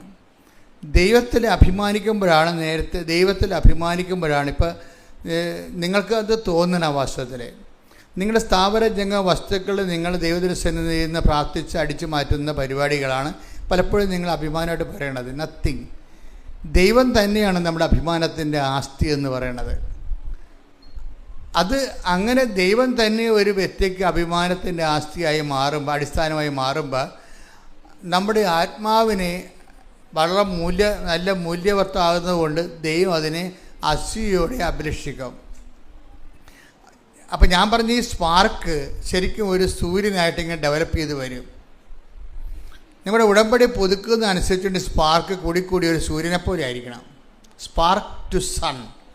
ഉടമ്പടി എങ്ങോട്ടാണ് പുതുക്കണമെന്ന് ചോദിച്ചു കഴിഞ്ഞാൽ ഒരു സ്പാർക്കിൽ നിന്ന് ഒരു സണ്ണിലേക്കാണ് നമ്മൾ പോകുന്നത്. ഒരു സ്പാർക്കിൽ നിന്ന് ഒരു പൊരിയിൽ നിന്ന് ഒരു സൂര്യനിലേക്കാണ് നമ്മൾ പോകുന്നത്. അപ്പം ആ ഒരു മാറ്റം ആത്മീയ മേഖലയിൽ ഉണ്ടായിട്ടുണ്ടെങ്കിൽ ബാക്കിയെല്ലാം ഓക്കെ ആവും. അപ്പം അതുകൊണ്ട് ഈ വിഷയം ക്രമീകരിക്കുന്നതിൽ നമ്മൾ ശ്രദ്ധിച്ചാൽ മതി. ഈ വിഷയം ക്രമീകരിക്കുന്നതിൽ ശ്രദ്ധിക്കണം. എന്താ കാരണം വെച്ച് കഴിഞ്ഞാൽ വിശ്വാസം അപ്പോൾ തന്നെ നിങ്ങൾക്ക് ആദ്യം വരുമ്പോൾ നിങ്ങളുടെ വിശ്വാസം കൂടിയാൽ, ഇപ്പം നിങ്ങൾക്ക് ജോലി കിട്ടുമ്പോൾ ഭയങ്കര സന്തോഷം. പക്ഷെ ആ സന്തോഷം വിശ്വാസം കൂടിയാൽ ഉണ്ടാകുന്നുണ്ടോ? അതാണ് വിഷയം. പരിശുദ്ധാത്മാവിൻ്റെ കൃപയുള്ള ആൾക്കാർക്ക് വിശ്വാസം കൂടിയാൽ ഉടനെ സന്തോഷം ഉണ്ടാവും. അതുകൊണ്ടാണ് ദൈവത്തിൽ വിശ്വസിക്കാൻ കഴിഞ്ഞതിലെ സന്തോഷിച്ചുകൊണ്ട് അപ്പോസ്തലപ്രവർത്തനങ്ങൾ 16:31 കർത്താവായ യേശുവിൽ വിശ്വസിക്കുക, നീയും നിന്റെ കുടുംബവും രക്ഷ പ്രാപിക്കും. അപ്പോസ്തലപ്രവർത്തനങ്ങൾ 16:34 ദൈവത്തിൽ വിശ്വസിച്ചതുകൊണ്ട് അവനും കുടുംബാംഗങ്ങളും അത്യന്തം ആനന്ദിച്ചു. അതാണ് വിശ്വാസം തന്നെ ആനന്ദമാണ്. വിശ്വാസം തന്നെ ആനന്ദമാണ്. അതിനാണ് അഭിഷേക അനോയിൻറ്റഡ് ഫെയ്ത്ത് എന്ന് പറയും. അനോയിൻറ്റഡ് നമുക്കൊരു ട്രഡീഷണൽ ഫെയ്ത്താണ് നമുക്കുള്ളത്. ട്രഡീഷണൽ ഫെയ്ത്താണ്. ട്രഡീഷണൽ ഫെയ്ത്ത് അതിൻ്റെ അപ്ഡേഷൻസ് വരുമ്പോഴാണ് വിശ്വാസം അനോയിൻറ്റഡ് ഫെയ്ത്തായി വരണം. ഇപ്പം നമ്മൾ ഒരു ക്രിസ്ത്യൻ കുടുംബത്തിൽ ജനിച്ചു, ഓക്കെ, ചിലപ്പോൾ ആനന്ദം ഉണ്ടാകാൻ നിർബന്ധമില്ല. കാര്യം എന്താണ്? വിശ്വാസം നമ്മുടെ പേരിൽ, അത് ക്രിസ്ത്യൻ കുടുംബത്തിൽ ജനിക്കുമ്പോൾ അപ്പൻ്റെ അമ്മയുടെ വിശ്വാസത്തിലല്ലേ നമ്മൾ ജനിക്കണത്. അപ്പൻ്റെ അമ്മയുടെ വിശ്വാസം ജനിക്കുന്നതുകൊണ്ട് നമ്മൾ ആ വിശ്വാസത്തിൻ്റെ സത്യങ്ങൾ തിരിച്ചറിയുമ്പോൾ മാത്രമേ നമുക്ക് ആനന്ദം ഉണ്ടാകത്തുള്ളൂ. അല്ലെങ്കിൽ ക്രിസ്ത്യാനിയുണ്ട് ജീവിച്ചതുകൊണ്ട് ഞാൻ ക്രിസ്ത്യാനിയായിട്ട് ക്രിസ്ത്യൻ കുടുംബത്തിൽ ജനിച്ചതുകൊണ്ട് ഞാൻ ക്രിസ്ത്യാനിയായിട്ട് ജീവിക്കണമെന്നേ വരത്തുള്ളൂ. പക്ഷേ എല്ലാവർക്കും ഈ ക്രിസ്ത്യൻസിനും നോൺ ക്രിസ്ത്യൻസിനും ഉള്ള സിംഗിൾ ക്വസ്റ്റ്യൻ എന്താണ്? Whom do you say that I am? അവിടെ ആ വിഷയത്തിൽ വരുമ്പോൾ ക്രിസ്ത്യൻ കുടുംബത്തിൽ ജനിച്ചുകൊണ്ട് പ്രത്യേകിച്ച് ആനുകൂല്യമില്ല. ഒരു ഫേവറബിൾ വിശ്വാസത്തിൽ വളരാനുള്ളൊരു ഫേവറബിൾ സർക്കംസ്റ്റൻസേ ഉള്ളൂ. ആ സർക്കംസ്റ്റൻസ് കൊണ്ട് അവൻ്റെ പേരിൽ അവൻ അത് വെച്ച് വ്യയം ചെയ്ത് അവൻ നേടിയെടുത്ത ഓക്കെയാണ്. നേടിയെടുക്കാത്ത എന്തുമാത്രം ക്രിസ്ത്യൻ കുടുംബത്തിൽ ജനിച്ചതുകൊണ്ട് തന്നെ ക്രിസ്ത്യാനിക്ക് ഭാര്യയായിട്ട് നടക്കുന്ന എന്തുമാത്രം മനുഷ്യരുണ്ട് ഇല്ലേ? കുടുംബത്തിൽ ജനിച്ചത് കൊണ്ട് മാത്രം ക്രിസ്ത്യൻ സഭയ്ക്ക് ബാധ്യതയായി നടക്കണ, ക്രിസ്ത്യൻ സമൂഹത്തിന് ബാധ്യതയായി നടക്കണ ഒത്തിരി മനുഷ്യരില്ലേ. അപ്പം ജനിക്കണതല്ല പ്രശ്നം. അപ്പോൾ നീ എത്ര സമ്പാദിച്ചു, ഹൂം ഡു യു, കുറേ ചോദ്യങ്ങൾ ബൈബിളിൽ ചോദിക്കും. നീ എത്ര സമ്പാദിച്ചു? 10 നാണയം കൊടുത്തവരുണ്ട്, 5 നാണയം കൊടുത്തവരുണ്ട്, 1 നാണയം കൊടുത്തവരുണ്ട്. യജമാനൻ തിരിച്ചു വരുമ്പോൾ ചോദിക്കണേ, ഓഡിറ്റിംഗ് നടത്തും, നീ എത്ര സമ്പാദിച്ചു? അവന് whom do you say that I am, ഞാൻ ആരാണെന്നാണ് നിൻ്റെ അപ്പൻ പറയണമെന്നല്ല ചോദിക്കണത്, നീ പറയണത്. നിൻ്റെ അനുഭവമാണ് പ്രശ്നം. നിൻ്റെ വിശ്വാസത്തിൽ നീ എന്താണ് എന്നെക്കുറിച്ച് പറയണത്? അതാണ് updations of faith. Updations of faith വരാനാണ് ഈ അനോയിൻറ്റഡ് ഫെയ്ത്ത് എന്ന് പറയുന്നത്. അഭിഷേക വിശ്വാസം മറ്റൊരു ട്രഡീഷണൽ വിശ്വാസമാണ്. പിന്നെ വേണമെങ്കിൽ ഒരു ജാതിക്കോയ്മ എടുത്തുകൊണ്ട് നമ്മൾ കുറഞ്ഞ പുള്ളിയല്ലെന്ന് പറയാമെന്നല്ലാതെ, മസിൽ പെരുപ്പിക്കാമെന്നല്ലാതെ ജാതിക്കോയ്മയ്ക്കും പാരമ്പര്യ വിശ്വാസത്തിനും പ്രത്യേകിച്ച് വിലയൊന്നുമില്ല. Whom do you say that I am, ഞാൻ ആരാണെന്നാണ് നീ പറയണത്? നിൻ്റെ പിതാക്കന്മാർ നീ ആരാണെന്ന് പറഞ്ഞിട്ട് കഥയില്ല. നീ ആരാണെന്നാണ്, ഞാൻ ആരാണെന്നാണ് നീ പറയണത്. Take the bed of god. ശ്രുതികളുടെ ഹല്ലേലൂയ. മത്തായി 16:15. മത്തായി 16:15. അവൻ അവരോട് ചോദിച്ചു, എന്നാൽ ഞാൻ ആരാണെന്നാണ് നിങ്ങൾ പറയുന്നത്? പേഴ്സണൽ ക്വസ്റ്റ്യൻ ആണത്. ഓരോ വ്യക്തിയും ഓരോ ദിവസവും അവൻ്റെ വിശ്വാസത്തിന് വ്യക്തിപരമായ ദൈവസന്നിധിയിൽ കണക്ക് കൊടുക്കണം.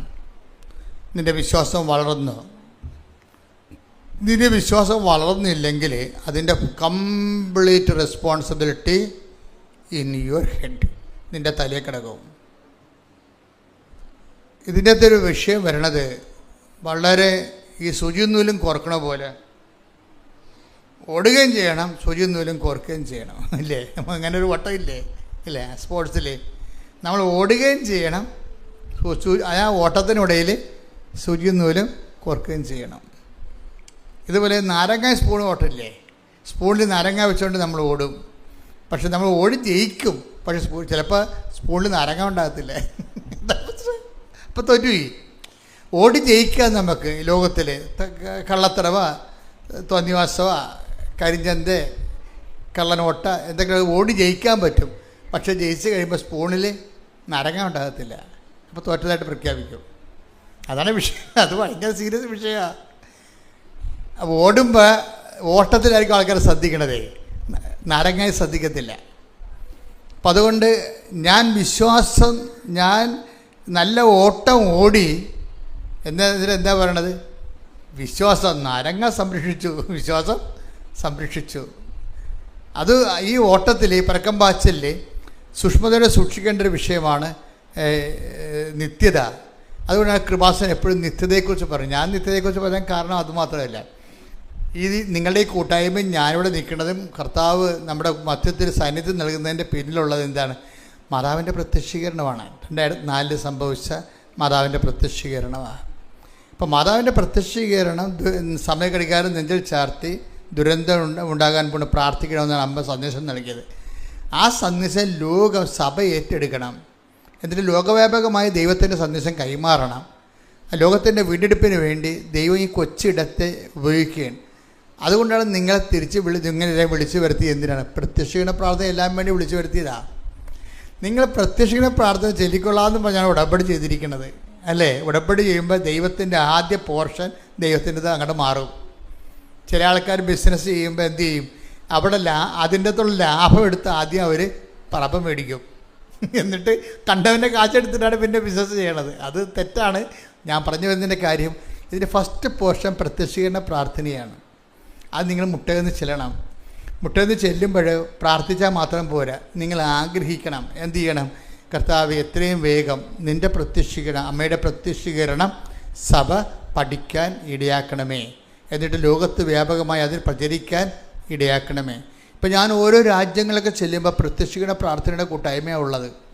ഇപ്പോൾ പ്രത്യക്ഷീകരണ പ്രാർത്ഥനയുടെ വാട്സപ്പുകൾ, ഇപ്പം ഞാൻ തന്നെ രാവിലെ എഴുന്നേറ്റിട്ട് നിങ്ങളുടെ കൂടെ 5:30 പ്രാർത്ഥിക്കണില്ലേ? നിങ്ങളത് മുടങ്ങരുത് കേട്ടോ. നമ്മൾ ഡെയിലി ബ്രെഡ് മുടങ്ങരുത്. ഡെയിലി ബ്രെഡ് കൂടുന്നത് കൈപ്പൊക്കെ പ്രൈസ് ലോർഡ്. ഇനി കൂടാത്തവർ നാളെ മുതൽ കൂടിയേക്കണം.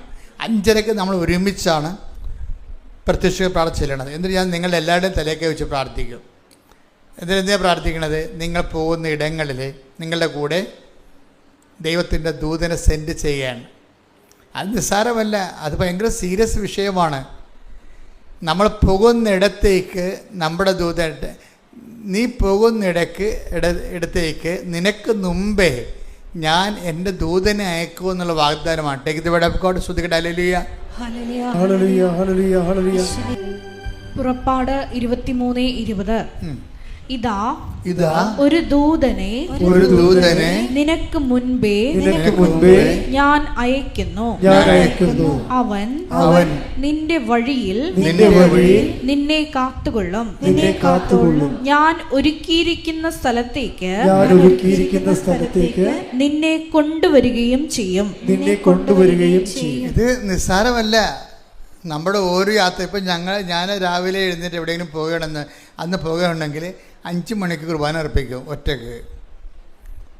നമ്മൾ ഈ കാണുന്ന കുർബാനയല്ലേ, ഒറ്റക്കുള്ള കുർബാന എന്ന് പറയുന്നത് വേറെ ഒരു ഫീലാണത്. നമ്മളും ദൈവവും പരിശുദ്ധ അമ്മയും എല്ലാവരും കൂടി മാത്രം, വേറെ ആരും ഉണ്ടാകത്തില്ല അവിടെ. അപ്പം അവിടെ കുർബാനയുടെ ഓരോ വാക്കുകളും പിടിച്ച് ചൊല്ലി അതെല്ലാം ആദ്യം നമ്മൾ ആവഹിച്ചതിന് ശേഷം ആ സ്പെല്ലൗട്ട് ചെയ്ത് ഹൃദയത്തിൽ വിശ്വസിക്കുന്നത് അതിരം കൊണ്ട് പ്രഖ്യാപിച്ച് രക്ഷ എന്നാകുന്ന ക്രിസ്തുവിനെ പ്രാപിച്ചങ്ങ് പോകും. അപ്പം അതിന് ചിലപ്പോൾ ഞാൻ 2.5 മണിക്കൂറൊക്കെ എടുക്കും കുർബാന അർപ്പിക്കാൻ. സാഹിത്യ അക്കാദമി പഠിക്കുന്ന കാലത്ത് തൃശ്ശൂരിൽ ഞാൻ അപ്പത്തമ്പുരാനിലാണ് താമസിച്ചത്. അപ്പത്തമ്പുരാനിൽ കുർബാന എനിക്കൊരു ലോഡ്ജ് തന്നു ഗവൺമെൻറ് അവിടെ പഠിക്കാൻ, റിസർച്ചിന് വേണ്ടി. അപ്പം ഞാനത് കട്ടിലേൽ ബെഡെല്ലാം മാറ്റിയിട്ട് പുതിയൊരു തുണി വിരിച്ചിട്ട് ഞാൻ താഴെ മുട്ടയിൽ നിൽക്കും. എന്നിട്ട് ഓസ്തിയും വീഞ്ഞും എടുത്തിട്ട് അവിടെ നിന്നുകൊണ്ട് കുർബാന അർപ്പിക്കാൻ തുടങ്ങും. കുർബാന അടുപ്പിക്കുക ഇപ്പോൾ 8 മണിക്ക് തുടങ്ങുന്ന കുർബാന തീരുമ്പോൾ 9:30-10 മണിയാവും, ചിലപ്പോൾ 10 ആവും. ഇടയ്ക്കിടയ്ക്ക് പ്രാർത്ഥിച്ച് ഒറ്റക്കുള്ള കുർബാന ഒരു വല്ലാത്ത സംഭവമല്ലേ. നമുക്ക് ജനങ്ങളുമായിട്ട് അങ്ങനെ പറ്റത്തില്ല. ജനങ്ങൾക്ക് പല ജോലികളും കാര്യങ്ങളൊക്കെ ഉള്ളത് കാരണം അവർക്ക് ഓരോ ടൈമിന് ഓരോ സ്ഥലത്ത് എത്തിച്ചേരണം. എങ്കിലും നിങ്ങൾ കുർബാനയൊക്കെ നടത്തുമ്പോൾ നിങ്ങളുടെ മനസ്സെപ്പോഴും എന്തെല്ലാം വിഷയമുണ്ടെങ്കിലും മനസ്സ് എപ്പോഴും അൾത്താര ഉണ്ടാകാൻ വേണ്ടി പ്രത്യേകം ശ്രദ്ധിക്കണം. നമ്മുടെ അറിവിന് ആനുപാതികമായിട്ടായിരിക്കും അഭിഷേകം ഉണ്ടാകുന്നത്.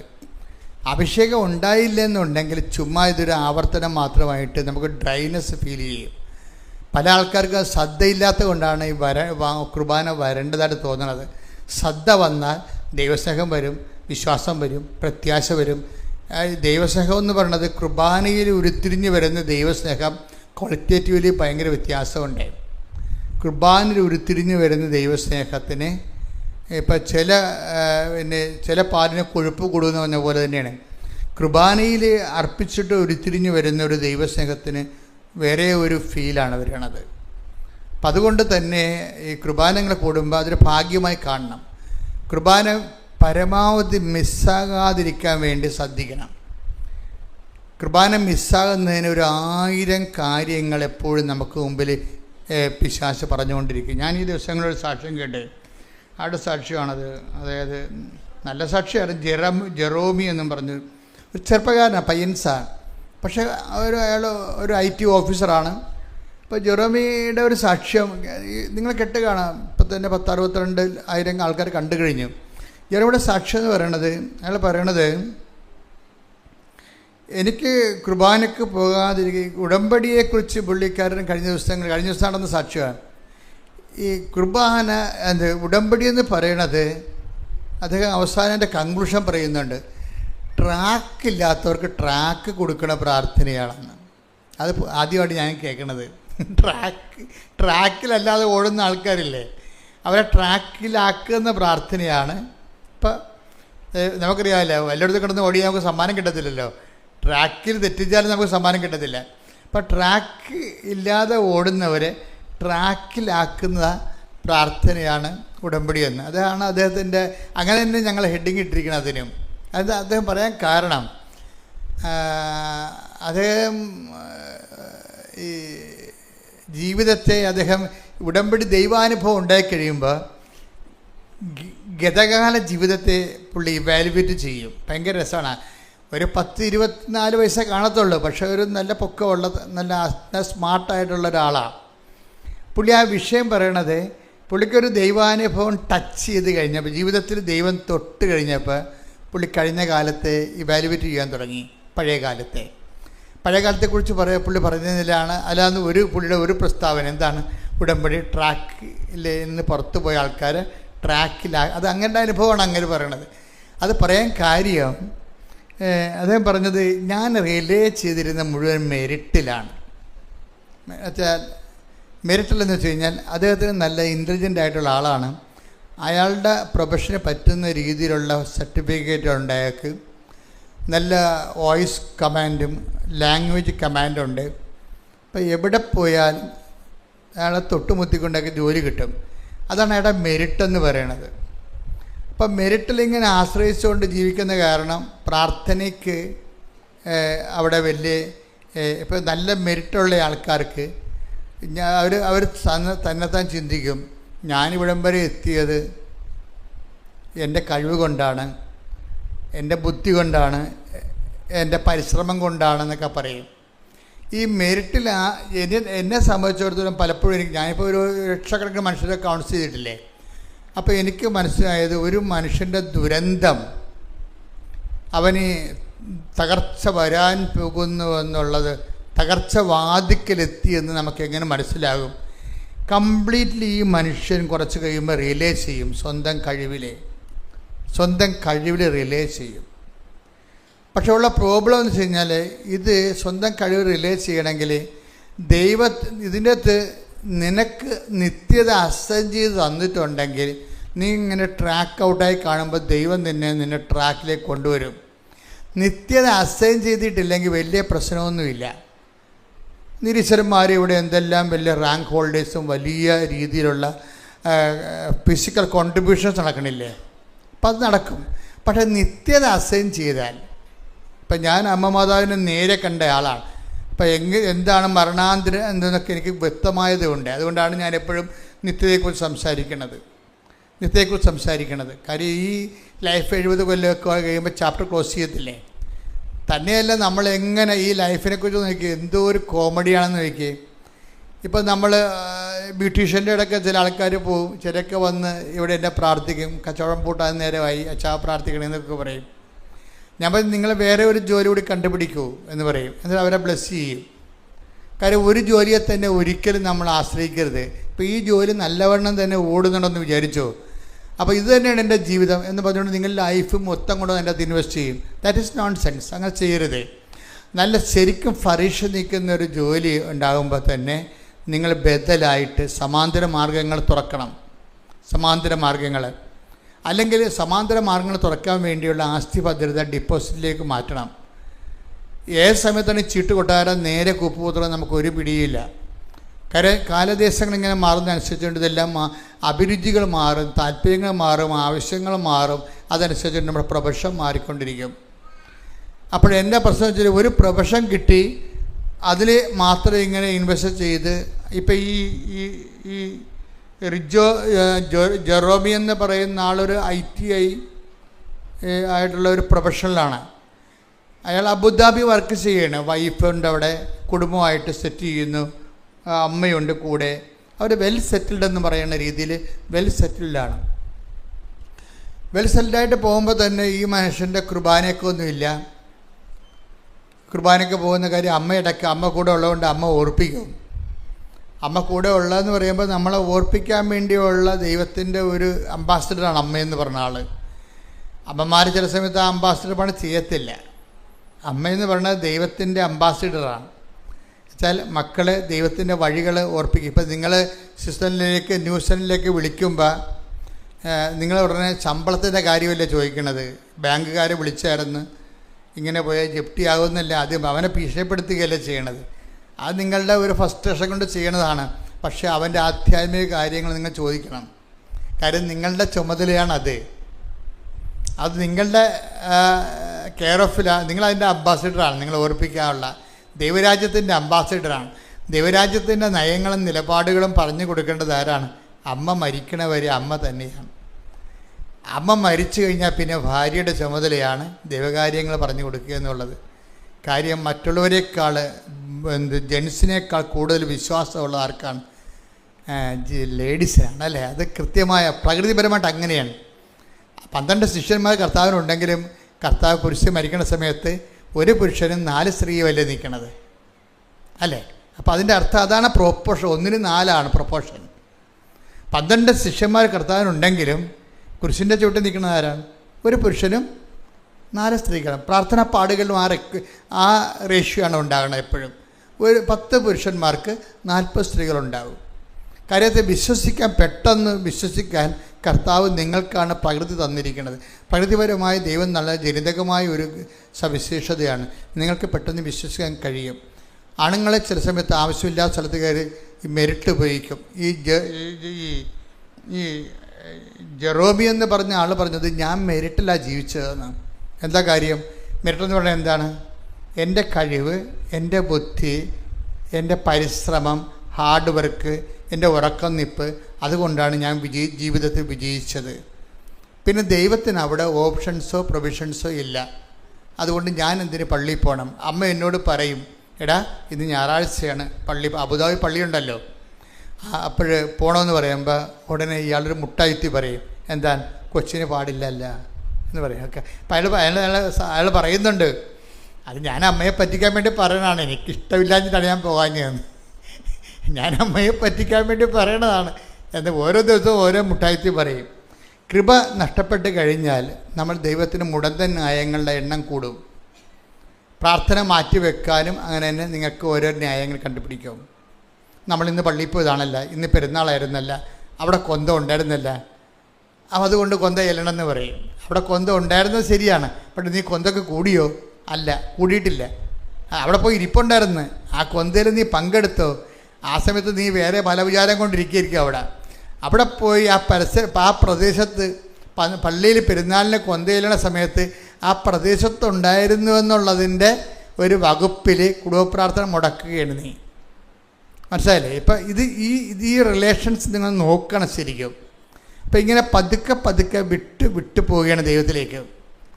ഈ ആൾക്ക് നിത്യത അസൈൻ ചെയ്തിട്ടുണ്ടെങ്കിൽ എന്ന് വെച്ച് കഴിഞ്ഞാൽ നിങ്ങളുടെ പഴയകാല വിശ്വാസവും നിങ്ങളുടെ കുടുംബത്തിൻ്റെ വിശ്വാസവും എല്ലാം കൊണ്ട് നിങ്ങൾക്ക് നിത്യതയ്ക്ക് നിങ്ങൾ അസൈൻ ചെയ്ത് പോകും. അതിനെ കൂദാശകൾ സ്വീകരിക്കുമ്പോൾ ഉണ്ടാകുന്ന ഒരു ഗുണവത, ഈ ജ്ഞാനസ്ഥാനമായാലും ഒപ്രിഷ്മയായാലും ഇതെല്ലാം നിത്യതയെ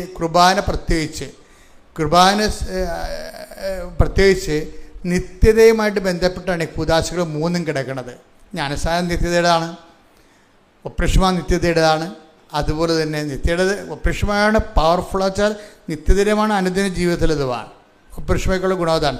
പരിശുദ്ധാത്മാവ് നിത്യതയിലും ഏറ്റവും പ്രധാനമായിട്ട് പരിശുദ്ധാത്മാവ് പ്രവർത്തിക്കുന്നത് അനുദിന ജീവിതത്തിലാണ്. നീ എന്താണ് വഴി, നീ നടക്കേണ്ട വഴി, നിൻ്റെ മുഖത്ത് നോക്കി ഉപദേശിക്കുമെന്ന് പറഞ്ഞുകൊണ്ട് നമ്മളെ ഓരോരോ സമയത്തും ദൈവത്തിൻ്റെ വഴികളിലൂടെ നയിച്ചുകൊണ്ടിരിക്കുന്ന പരിശുദ്ധാത്മാവാണ്. നമുക്കൊരു കോൺഷ്യസ് ഉണ്ടായാൽ മാത്രം മതി പരിശുദ്ധാത്മാവിനെക്കുറിച്ച്.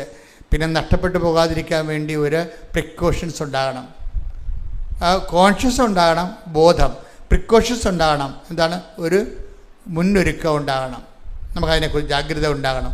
അത്ര ഉണ്ടെങ്കിൽ പരിശുദ്ധാത്മാവിൻ്റെ ജീവിതം ഈസിയായിട്ട് നമുക്ക് ജീവിക്കാൻ പറ്റും. അപ്പം നീ നടക്കേണ്ട വഴി.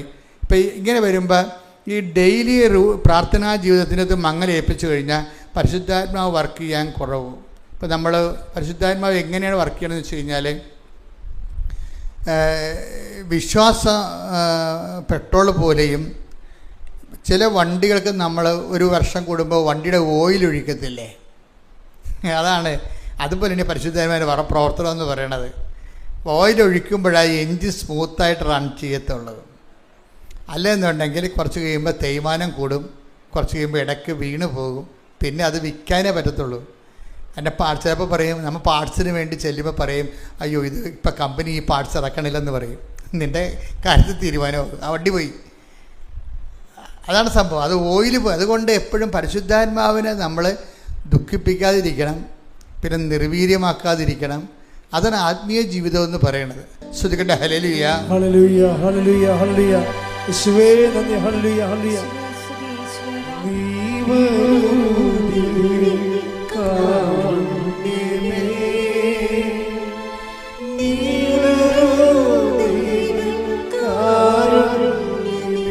ഒരുമിച്ച് എല്ലാവരും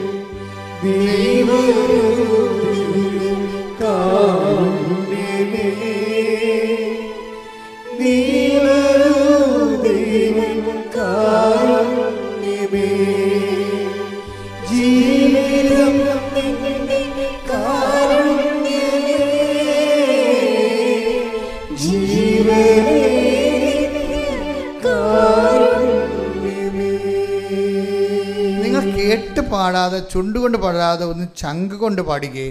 ആ പ്രാർത്ഥന പാടുമ്പോൾ നീ വരൂ ദിവ്യകാരുണ്യമേ എന്ന് പറയുമ്പോൾ ദൈവത്തിന് തോന്നണം നീ പേഴ്സണലായിട്ട് ഇത് ആവശ്യപ്പെടുന്നുണ്ടെന്ന്. ആ വാക്ക് എപ്പോഴും പ്രാർത്ഥിക്കുമ്പോൾ, പാടുമ്പോഴും പ്രാർത്ഥിക്കുമ്പോഴും ആ വാക്കിൻ്റെ സെൻസ് നോക്കി വേണം പ്രാർത്ഥിക്കാൻ. അതാണ് സെൻസിബിൾ പ്രെയർ എന്ന് പറയണത്. ആ വാക്കിൻ്റെ സെൻസ് ഗ്രാസ്പ് ചെയ്ത് ആണ് നമ്മൾ അത് ആക്ടിവിറ്റി ചെയ്യണത്. അല്ലെങ്കിൽ നോൺസെൻസ് പ്രെയർ ആകും. പല ആൾക്കാരുടെയും പ്രാർത്ഥനയും പാട്ടും നോൺസെൻസ് പ്രെയറാണ്. എന്താ കാര്യം? അങ്ങനെ പാടുന്നു, കേൾക്കുന്നു, കേൾക്കണത് തട്ടിവിടുന്നു, അത്രേ ഉള്ളൂ നോൺസെൻസ് പ്രെയർ. പക്ഷേ സെൻസിബിൾ പ്രെയർ എന്ന് പറയണത് ആ വാക്ക് ഉദ്ദേശിക്കുന്നത് എന്താണ് അത് ഞാൻ ഫീൽ ചെയ്തിട്ടാണ് ഞാനത് പുറത്തേക്ക് സ്പെൽ ഔട്ട് ചെയ്യണത്. നമുക്കൊരുമിച്ച് ആ വാക്ക് നെഞ്ച് കൈവച്ചുകൊണ്ട് നീ വരൂ ദിവ്യകാരുണ്യമേ അനുഭവിച്ച് പാടാം. ശ്രുതികട്ടെ ഹല്ലേലൂയ ഹല്ലേലൂയ ഹല്ലേലൂയ ഹല്ലേലൂയ ഹല്ലേലൂയ. നീ വരൂ ദിവ്യകാരുണ്യമേ, നീ വരൂ ദിവ്യകാരുണ്യമേ. ഒരുമിച്ച് എല്ലാവരും നീ വരൂ, നീ വരൂ ദിവ്യകാരുണ്യമേ, നീ വരൂ ദിവ്യകാരുണ്യമേ. ജീവിതം നിന്റെ കാരുണ്യമേ, ജീവനേ കാരുണ്യമേ. ജീവിതം ജീവിതം നിന്റെ കാരുണ്യമേ, ജീവനേ കാരുണ്യമേ. നീ വരൂ, നീ വരൂ ദിവ്യകാരുണ്യമേ, നീ വരൂ ദിവ്യകാരുണ്യമേ. ജീവനെ നീ വരൂ ദിവ്യകാരുണ്യമേ, നീ വരൂ ദിവ്യകാരുണ്യമേ. കണ്ണുകൾ അടച്ചുകൊണ്ട് ഏകാഗ്രതയോടെ നീ വരൂ ദിവ്യകാരുണ്യമേ,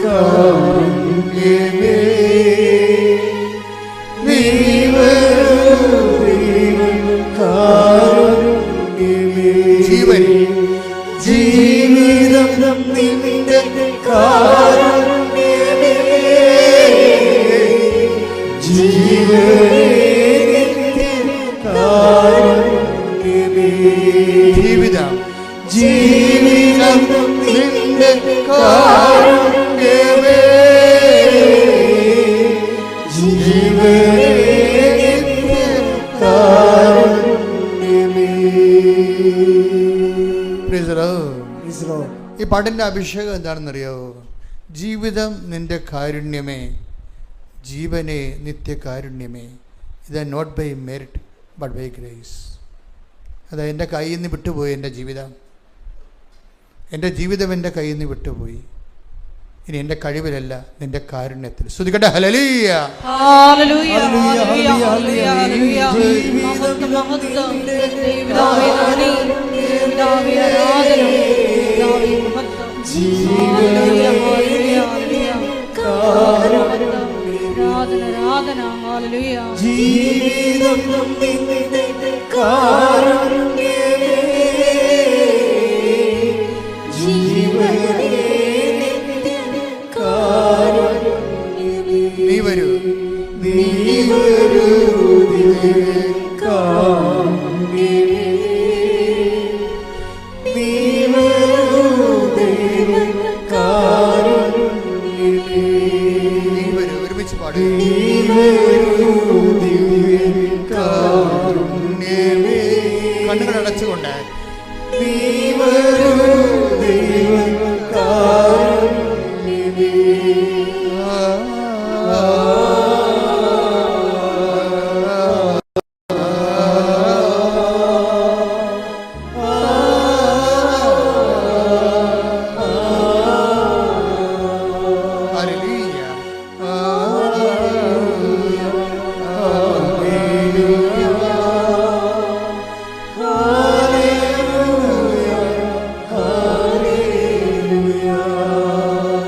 ശ്രുതികട ഹല്ലേലൂയ. ഭാഷാപരത്തോടെ ഭാഷാപരത്തോടെ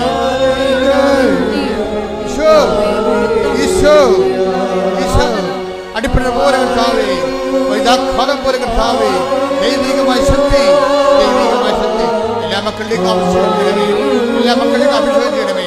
വീശി അടിക്കട്ടെ ദൈവത്തിന്റെ കാറ്റ്, ദൈവത്തിന്റെ കരുണയുടെ കാറ്റ്. Not by merit, not by grace.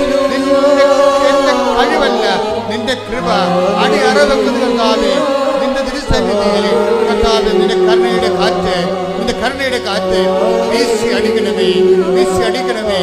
തകർന്നു പോയവരെ, ജീവിതം കൈവിട്ട് പോയവരെ കർത്താവേ ഏറ്റെടുക്കണമെന്ന് പ്രാർത്ഥിക്കുന്നു, ഏറ്റെടുക്കുന്ന പ്രാർത്ഥിക്കുന്നു. ഈശോയെ, ദൈവത്തിന്റെ ശക്തി നിങ്ങളിലേക്ക് ആവശ്യിക്കട്ടെ. കന്യാമറിയത്തിന്റെ, പരിശുദ്ധ അമ്മയുടെ, എല്ലാ മലക്കുമാരുടെ, രക്തസാക്ഷികളുടെ എല്ലാ മധ്യസ്ഥ പ്രാർത്ഥനയോടുകൂടി ദൈവകരുണയ്ക്ക് നിന്നെ പരമേൽപ്പിക്കുന്നു. ശ്രദ്ധിക്കട്ടെ.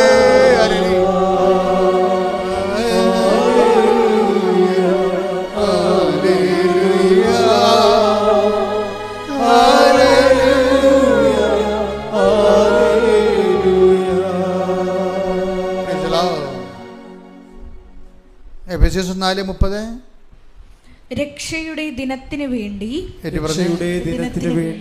നിങ്ങളെ മുദ്രിതരാക്കിയ ദൈവത്തിന്റെ പരിശുദ്ധാത്മാവിനെ വേദനിപ്പിക്കരുത്.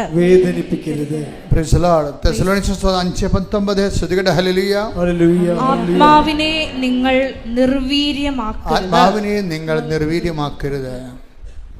അതായത് ഇതിൻ്റെ അകത്ത് വിഷയം എന്ന് പറയുന്നത്, നമ്മൾ എപ്പോഴും ഉടമ്പടിയിരിക്കുന്നവരെ പരിശുദ്ധാത്മാവ് നിർജ്ജീവമാകാതിരിക്കാനും വേദനിക്കാതിരിക്കാനും പ്രത്യേകം ശ്രദ്ധിക്കണം.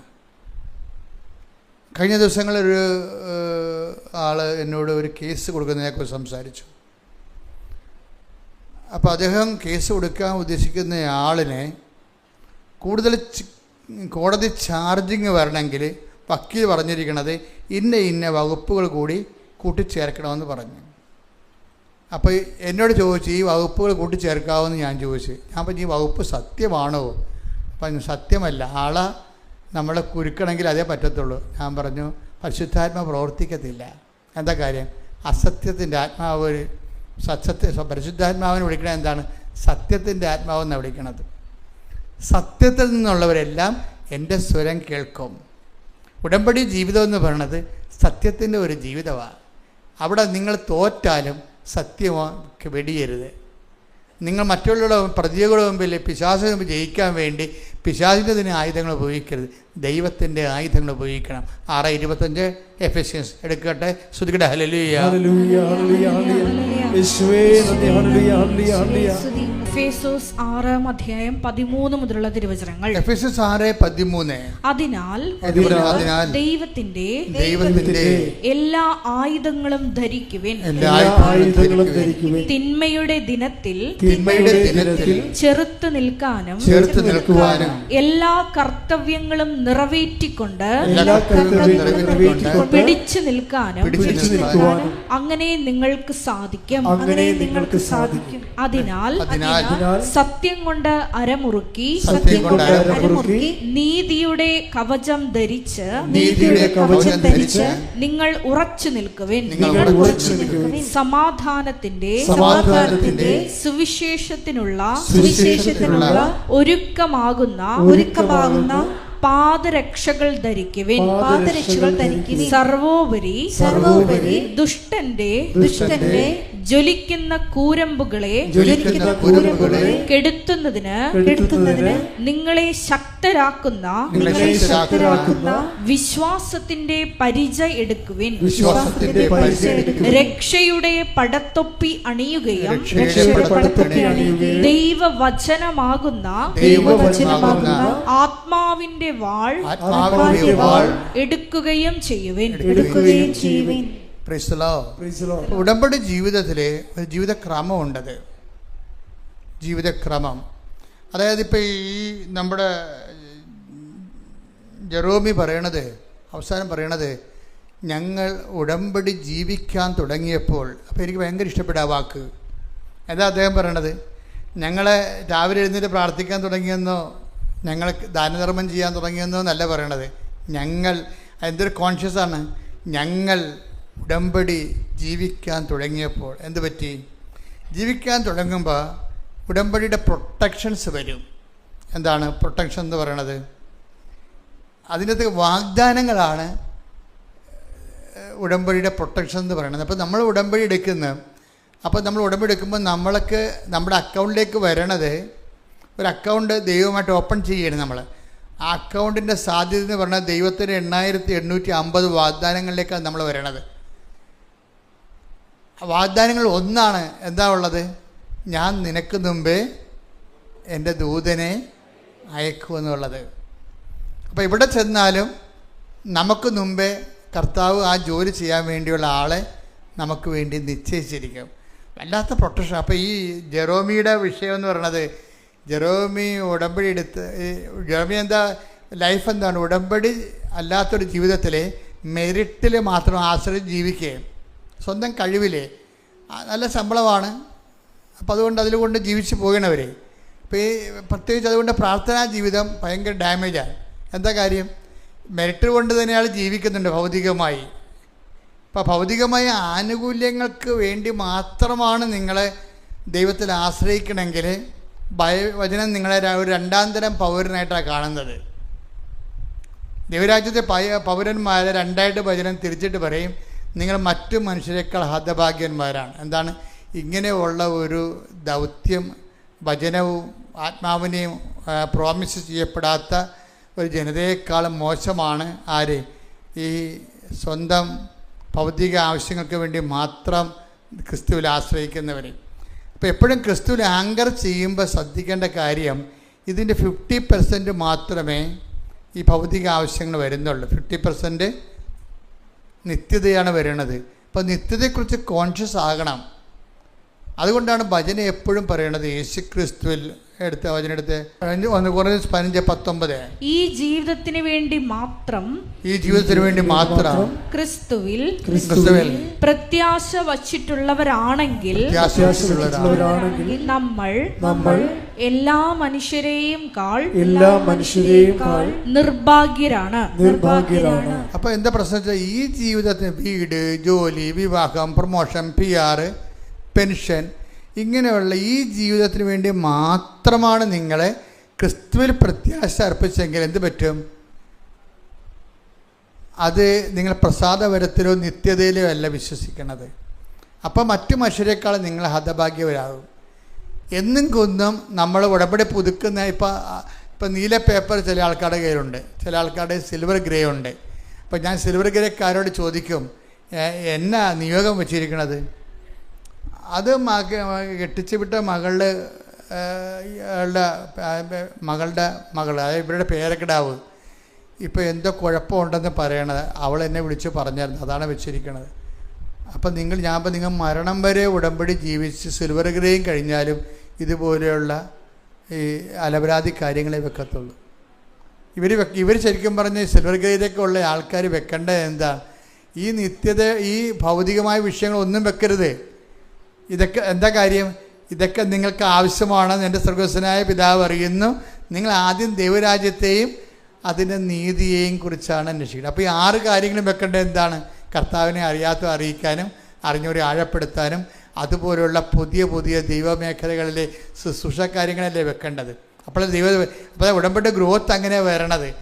അപ്പം അതുകൊണ്ടാണ് ഞാൻ ഈ സിൽവർ ഗ്രേ കഴിഞ്ഞിട്ട് ഇപ്പോൾ പുതുക്കൾ നിർത്തി വെച്ചതിൻ്റെ കാര്യം. ഇനിയിപ്പോൾ ഞാനിപ്പോൾ എല്ലാവരും നേരിട്ട് ഒരു ദിവസം കാണും, സിൽവർ ഗ്രേക്കാരെ എല്ലാവരും നേരിട്ട് കാണും. എന്നിട്ട് അവരുടെ എല്ലാം എടുപ്പിക്കും. ഞാൻ അവരുടെ നിയോഗങ്ങൾ എന്തൊക്കെയാണെന്ന് എടുപ്പിച്ചിട്ട് അവർക്ക് പ്രത്യേക ധ്യാനം നടത്തി. അതിനാണ് മരിയൻ അഗ്നി അഭിഷേക ധ്യാനം എന്ന് പറഞ്ഞൊരു ധ്യാനം വരുന്നുണ്ട്. താമസമുള്ള ധ്യാനമാണ്. അപ്പോൾ അവരെ കറക്റ്റ് ചെയ്തിട്ട് അവർക്ക് കറക്റ്റ് പരിശുദ്ധാത്മാവിനെ അഭിഷേകം ചെയ്തിട്ട് അവർ ഇനിയുള്ള കാലങ്ങളിൽ ഇതിൻ്റെ ആത്മീയത എന്ന് പറയുന്നത് ഇനി നമ്മുടെ ഇല്ലായ്മയും ഓർത്തുകൊണ്ടും ഞാൻ പ്രശംസിക്കുമെന്ന് പറയുന്ന ഒരു ആധ്യാത്മികത. അതാണ് ബൈബിളിൻ്റെ ആത്മീയത എന്ന് പറയുന്നത്. Take the word of God. ശ്രുതികട ഹല്ലേലൂയ. Hallelujah hallelujah hallelujah. യേശുവേ നന്ദി. 2 കൊരിന്ത്യർ 12:9 ക്രിസ്തുവിന്റെ ശക്തി എന്റെ മേൽ ആവസിക്കേണ്ടതിന് ഞാൻ പൂർവാധികം സന്തോഷത്തോടെ എന്റെ ബലഹീനതയെ കുറിച്ച് പ്രശംസിക്കും. ഇപ്പൊ നമ്മൾ ഉടമ്പടിയുടെ 1-ാം ഘട്ടത്തിലും 2-ാം ഘട്ടത്തിലും ഒക്കെ നമ്മുടെ ഇല്ലായ്മ ഓർത്തുകൊണ്ട് പ്രാർത്ഥിക്കുകയല്ലേ ചെയ്യണത്, ഇല്ലേ? ഉടമ്പടി പുരോഗമിക്കുന്ന അനുസരിച്ചുകൊണ്ട് ഈ പ്രാർത്ഥന പ്രശംസയായിട്ട് മാറും. അതാണ് വ്യത്യാസം. പ്രാർത്ഥന പരിശുദ്ധാത്മാവ് നിറയുന്ന അനുസരിച്ച് കൊണ്ട് നമ്മുടെ ഇല്ലായ്മ ദൈവകൃപ ആർജിക്കാൻ വേണ്ടിയുള്ള ദൈവത്തിൻ്റെ പദ്ധതിയുടെ ഭാഗമായിട്ട് ആന്തരിക സന്തോഷം ഉണ്ടാകും. അത് അഭിഷേകത്തിൻ്റെ വേറെ ഒരു മുതിർന്ന തലമാണ്. അപ്പോൾ അത് നിങ്ങളുടെ അതിലേക്ക് വന്നു കഴിഞ്ഞാൽ പിന്നെ ഒന്നും നമ്മൾ ചോദിക്കത്തില്ല ദൈവത്തോട്. ആ ദിവസം എന്ന് പറഞ്ഞാൽ അങ്ങനെയല്ല. അഗ്നിയഭിഷേകത്തിൻ്റെ ആ ദിവസം നിങ്ങൾ എന്നോടൊന്നും ചോദിക്കത്തില്ല. യോഹന്നാൻ 16:23 അന്ന് നിങ്ങൾ എന്നോട് ഒന്നും ചോദിക്കുകയില്ല. 6 നിയോഗങ്ങളില്ല, അസ്തമിച്ചു. 6 നിയോഗങ്ങൾ അസ്തമിക്കും. അവിടെ വെച്ച് ചോദിക്കണത് എന്താണ്? പരിശുദ്ധാത്മാവ് മാത്രമേ ചോദിക്കത്തുള്ളൂ. അതുകൊണ്ടാണ് അവസാനം വരുമ്പോൾ നിയോഗങ്ങളെല്ലാം അവസാനിച്ചതിന് ശേഷം ഈശോ പരിശുദ്ധാത്മാവിനെ അപ്പോസ്തലന്മാർക്ക് കൊടുക്കണതിൻ്റെ കാര്യം അവിടെ വെച്ച് വരുമ്പോൾ പരിശുദ്ധാത്മാവ് ഈ വെള്ളം കുടിക്കണം, ഇനിയും ദാഹിക്കും. നിയോഗം തന്നെ പ്രാർത്ഥിച്ചിരുന്ന് അത് നേടി പിന്നെ നിയോഗം വെച്ച് അത് നേടി അത് നിയോഗം വെച്ച് പിന്നെ നേടിയിരിക്കുമ്പോൾ ഈ വെള്ളം കുടിക്കണവന് ഇനിയും ദാഹിക്കും. പിന്നെ നിയോഗങ്ങൾ കൊണ്ട് പൊറുതിമുട്ടി ചാകണം വരെ നിയോഗങ്ങളാവും. എന്താ കാര്യം? ദൈവം അത് ഉദ്ദേശിക്കണില്ല. ഈ വെള്ളം കുടിക്കണം ഇനിയും ദാഹിക്കും. ഞാൻ തരുന്ന വെള്ളം കുടിക്കുന്നവർക്ക് take the word of God. ശ്രുതികട ഹല്ലേലൂയ. യോഹന്നാൻ 4:13-14 തിരുവചനങ്ങൾ. 4:13-14 യേശു പറഞ്ഞു, ഈ വെള്ളം കുടിക്കുന്ന ഏവനും വീണ്ടും ദാഹിക്കും. പുതിയൊരു ആവശ്യം, പുതിയ ആവശ്യങ്ങൾ ഉണ്ടായിക്കൊണ്ടേയിരിക്കും. ആക്രാന്തം ഉണ്ടായിക്കൊണ്ടിരിക്കും, അസ്വസ്ഥത ഉണ്ടായിക്കൊണ്ടിരിക്കും. പിന്നെന്താണ്? ഞാൻ തരുന്ന വെള്ളം കുടിക്കുന്നവർക്ക് ഒരിക്കലും ദാഹിക്കത്തില്ല. ഞാൻ തരുന്ന വെള്ളം എന്താണ്? തിരുനാളിൻ്റെ മഹാദിനത്തിൽ അവൻ എഴുന്നേറ്റ് നിന്നും ഉച്ചത്തിൽ പറഞ്ഞു, ആർക്കെങ്കിലും ദാഹിക്കുന്നെങ്കിൽ അവൻ എൻ്റെ അടുത്ത് വരട്ടെ. എന്നെ വിശ്വസിക്കുന്ന അധരത്തിൽ നിന്ന് ഹൃദയത്തിൽ നിന്ന് ജീവജലത്തിൻ്റെ അരുവികൾ ഒഴുകും. ശ്രുതികട ഹല്ലേലൂയ. 7:37 യോഹന്നാൻ. ശ്രുതികട ഹല്ലേലൂയ.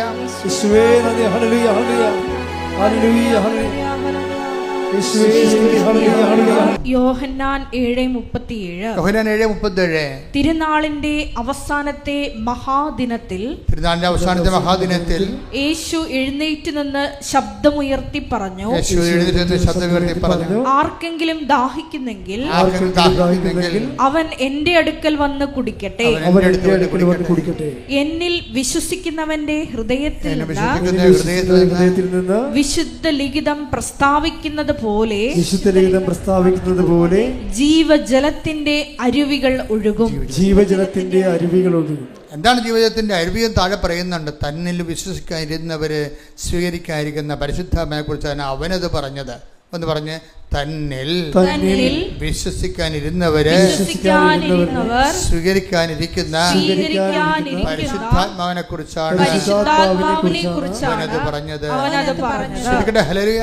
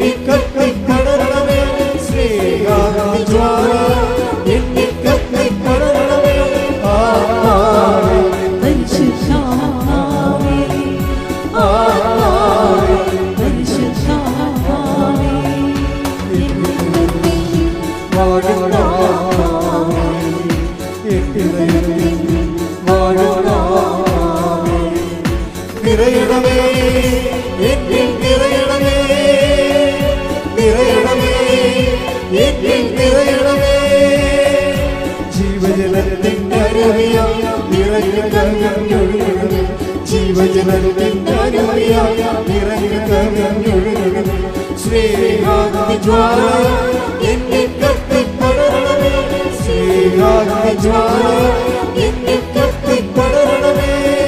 പരിശുദ്ധ പരമദിവ്യകാരുണ്യത്തിന് നേരവും ആരാധനയും സ്തുതിയും പുകഴ്ചയും ഉണ്ടായിരിക്കട്ടെ. അപ്പോൾ ധ്യാനം അതിൻ്റെ വഴിക്ക് പോയിക്കൊണ്ടിരിക്കുകയാണ്. പരിശുദ്ധാത്മാവ് നമുക്ക് വെളിപാട് നൽകി നമ്മൾ നയിച്ചുകൊണ്ടിരിക്കുകയാണ്. ഈ ധ്യാനം നിങ്ങൾ വീണ്ടും കൂടണം. നിങ്ങൾ ധ്യാനിപ്പിക്കുമ്പോൾ ഞാനും ധ്യാനം കൂടിക്കൊണ്ടിരിക്കുകയാണ്. കർത്താവ് നല്ല ചൈതന്യത്തോടെ ഈ കർത്താവിൻ്റെ അവകാശവും ഓഹരിയുമാകുന്ന ദൈവജനത്തോട് കാരുണ്യം കാണിക്കുന്നതാണ് ധ്യാനത്തിൻ്റെ എല്ലാ വശങ്ങളെയും കുറിച്ച് നമ്മൾ എന്ത് ചെയ്യണമെന്ന് പറഞ്ഞു തരുന്നുകൊണ്ടിരിക്കുന്നത്. പരിശുദ്ധാത്മാവിനെ നിലനിർത്തിക്കൊണ്ടിരുന്നാൽ അതിന് പറ്റുന്നൊരു ജീവിതം ജീവിക്കണമെന്നുള്ളതാണ് ഈ 6:13 എഫേസ്യൻസ് നമ്മൾ കണ്ടത്.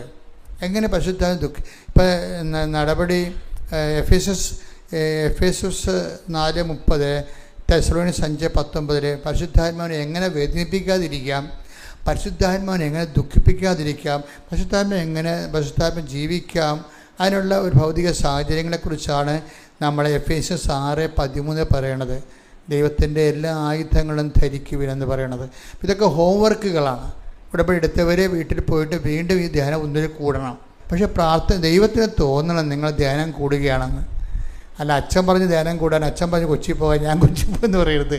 നിങ്ങൾ ദൈവത്തിന് തോന്നണം നിങ്ങൾ ദൈവമേഖലയിലേക്ക് വരുന്നു. ഇപ്പം എന്താ ഈ നമ്മുടെ ഇവനില്ലേ ജെറോമിയുടെ പ്രശ്നം എന്താ? ജെറോമി ഇങ്ങനെ മെറിറ്റിൽ മാത്രം സ്വന്തം കഴിവ്, സ്വന്തം വിദ്യാഭ്യാസം, സ്വന്തം സർട്ടിഫിക്കറ്റ്, സ്വന്തം പ്രൊമോഷൻ, അങ്ങനെ നല്ല പ്രൊഫൈൽ പെട്ടെന്ന് കൊച്ചു കാലം കൊണ്ട് തന്നെ വലിയ പ്രൊഫൈൽ ഉണ്ടാക്കിയ ആളാണ്. അപ്പോൾ അയാൾ അതുകൊണ്ട് അയാൾക്ക് കുടുംബ പ്രാർത്ഥനയും പള്ളിക്ക് പോക്കും ഒക്കെ കുറഞ്ഞ് വന്ന് എന്താ മെറിറ്റിലാണ് അദ്ദേഹം ജീവിക്കണത്. മെറിറ്റിൽ ജീവിച്ചാലുള്ള പ്രശ്നം എന്ന് വെച്ച് കഴിഞ്ഞാൽ പ്രൊട്ടക്ഷൻ ഉണ്ടാകത്തില്ല. അതുകൊണ്ടാണ് ദൈവം ഒരു ഓപ്ഷൻ വെച്ചിരിക്കുന്നത്. എന്താണ്? Not by merit but by grace. അതെപ്പോഴും ഓർത്തേക്കണം. മെറിറ്റിൽ മാത്രം നമ്മൾ ആശ്രയിച്ചാൽ നമുക്ക് സംരക്ഷണം പോകും. പക്ഷെ നമ്മൾ ഗ്രേസിലും ആശ്രയിക്കണമെന്നുണ്ടെങ്കിൽ ഇപ്പോൾ ഇയാൾക്ക് എന്താ സംഭവിച്ചെന്നറിയാവോ? ഇയാൾ മെറിറ്റിൽ മാത്രം ആശ്രയിച്ചു. ജെറോമിക്ക് എന്ത് പറ്റി? പെട്ടെന്ന് സോഫ്റ്റ്വെയർ എല്ലാം ചേഞ്ച് ആയി. സോഫ്റ്റ്വെയർ എൻജിനീയറാണ്. നിങ്ങൾക്കറിയില്ല, ഇപ്പോൾ നമ്മൾ മൈക്രോസോഫ്റ്റിൻ്റെ ഓരോ പഴയ സംഭവമല്ല ഇപ്പോൾ എടുക്കണേ. ഇപ്പോൾ AI വന്നപ്പോൾ കമ്പ്യൂട്ടർകാരുടെ എല്ലാവരുടെയും പണി പോയി. പലരുടെയും ഒരു 50% ആൾക്കാരുടെ പണി പോയി. അതാണ് ഇപ്പോൾ ആൾക്കാർ ഈ ഡിജിറ്റലി AI പഠിക്കാൻ പോണത്. ആർട്ടിഫിഷ്യൽ ഇൻ്റലിജൻസ് വന്നപ്പോൾ കമ്പ്യൂട്ടറിൻ്റെ പല ആൾക്കാരുടെയും പണി പോയി. ഏറ്റവും പണി കിട്ടിയ, ഏറ്റവും പ്രയാസം അനുഭവിച്ച IT മേഖലയിലാണ്. അങ്ങനെ ഈ ഇപ്പോഴത്തെ പുതിയ സംവിധാനത്തിൽ പണി പോയ ആളാണ് ഇങ്ങേര്, നമ്മുടെ ജെറോമി എന്ന് പറഞ്ഞ ആൾ. അങ്ങേര് പണി പോയി എന്ന് വെച്ചാൽ പെട്ടെന്ന് ഷിഫ്റ്റൊക്കെ ഈ കുറേ ആൾക്കാർക്ക് പിരിച്ചുവിടൽ, കുറച്ച് ആൾക്കാരെ പിരിച്ചുവിടലായി. അതുപോലെ തന്നെ ജോലി ചെയ്തുകൊണ്ടിരിക്കുന്ന ജോലി ചേഞ്ച് ചെയ്ത് കൊടുത്തു. കാരണം എന്താണ്? അവരുടെ അയാൾ ചെയ്തുകൊണ്ടിരിക്കുന്ന ജോലി, അയാൾ ഒരാഴ്ച കൊണ്ട് ചെയ്യണ ജോലി 1 മണിക്കൂർ കൊണ്ട് ചെയ്യാൻ പുതിയ തലമുറ കയറി വന്നു. അതാണ്. അപ്പം ത്രട്ടിങ് ആയില്ലേ? അയാൾ ഒരാഴ്ച കൊണ്ട് ചെയ്തുകൊണ്ടിരുന്ന ജോലി 1 മണിക്കൂർ കൊണ്ട് ചെയ്യാൻ വേണ്ടി AIയുടെ പുതിയ ആൾക്കാർ കയറി വന്നു. അപ്പോൾ ഇയാൾക്ക് ആക്രിപ്പണിയായി അതിൻ്റെ അകത്ത്. അപ്പോൾ പഴയ സെറ്റപ്പെല്ലാം പോയി. പണ്ട് വൈറ്റ് കോളറൊക്കെ ഇട്ട് നല്ല ശമ്പളമൊക്കെ മേടിച്ച് തരുമ്പോൾ കമ്പനിക്ക് വേണമെന്നില്ല, വേണേ നിൽക്കാല്ലേ അപ്പോൾ എന്ന് പറയുന്നത് കോൺട്രാക്റ്റ് അല്ലേ എല്ലാം. തട്ടെന്ന് പറഞ്ഞാൽ ഇതുപോലെ വല്ലാത്ത തട്ട് കിട്ടി. അതുകൊണ്ടാണ് എപ്പോഴും നിങ്ങൾ പറയണത്, എപ്പോഴും നമ്മൾ മെറിറ്റിൽ പോകാൻ പറ്റത്തില്ല. നമ്മൾ ഉടമ്പടിയിലായിരിക്കുന്നതിൻ്റെ ഒരു ഇൻഷുറൻസ് നമ്മൾ എടുക്കുകയാണ്. എങ്ങാനും തട്ടുകേട് വന്നാൽ തന്നെ നമ്മളെ താങ്ങാൻ കർത്താവിൻ്റെ കൈകളുണ്ടാവും. കൈയടിച്ച് സ്തുതിക്കട്ടെ. Hallelujah, hallelujah, hallelujah, hallelujah, hallelujah. മഹത്വം, മഹത്വം, ആരാധന, ആരാധന. ഹല്ലേലൂയ, ഹല്ലേലൂയ. അത് കർത്താവിൻ്റെ ഒരു വാഗ്ദാനങ്ങളിലാണ് പോണത്. കാര്യം നിനക്ക് ലോകത്തിൽ സഞ്ചരിക്കുമ്പോൾ എന്തെങ്കിലും തട്ടുകേടുണ്ടായാലും കമ്പനിയുടെ നിയമങ്ങൾ മാറാം, ലോകത്തിൻ്റെ എൻജിനീയറിങ് ഇപ്പോഴുള്ള കറണ്ടായിട്ടുള്ള ടെക്നിക്സൊക്കെ എല്ലാം മാറാം, ടെക്നോളജി ചേഞ്ച് ചെയ്യാം. അപ്പോൾ കമ്പനി നിന്നെ പുറത്താക്കും. പക്ഷേ ഒരു അഷ്വറൻസ് നമുക്കുണ്ട്. എന്താണ്? I will not disown you at any cost. Company മാറിയാലും ടെക്നോളജി മാറിയാലും ഞാൻ മാറത്തില്ല, ഞാൻ നിന്നെ തങ്ങും. Take the bed up. ശ്രുതികട ഹല്ലേലൂയ, നീ വരൂ. ശ്രുതികട ഹല്ലേലൂയ.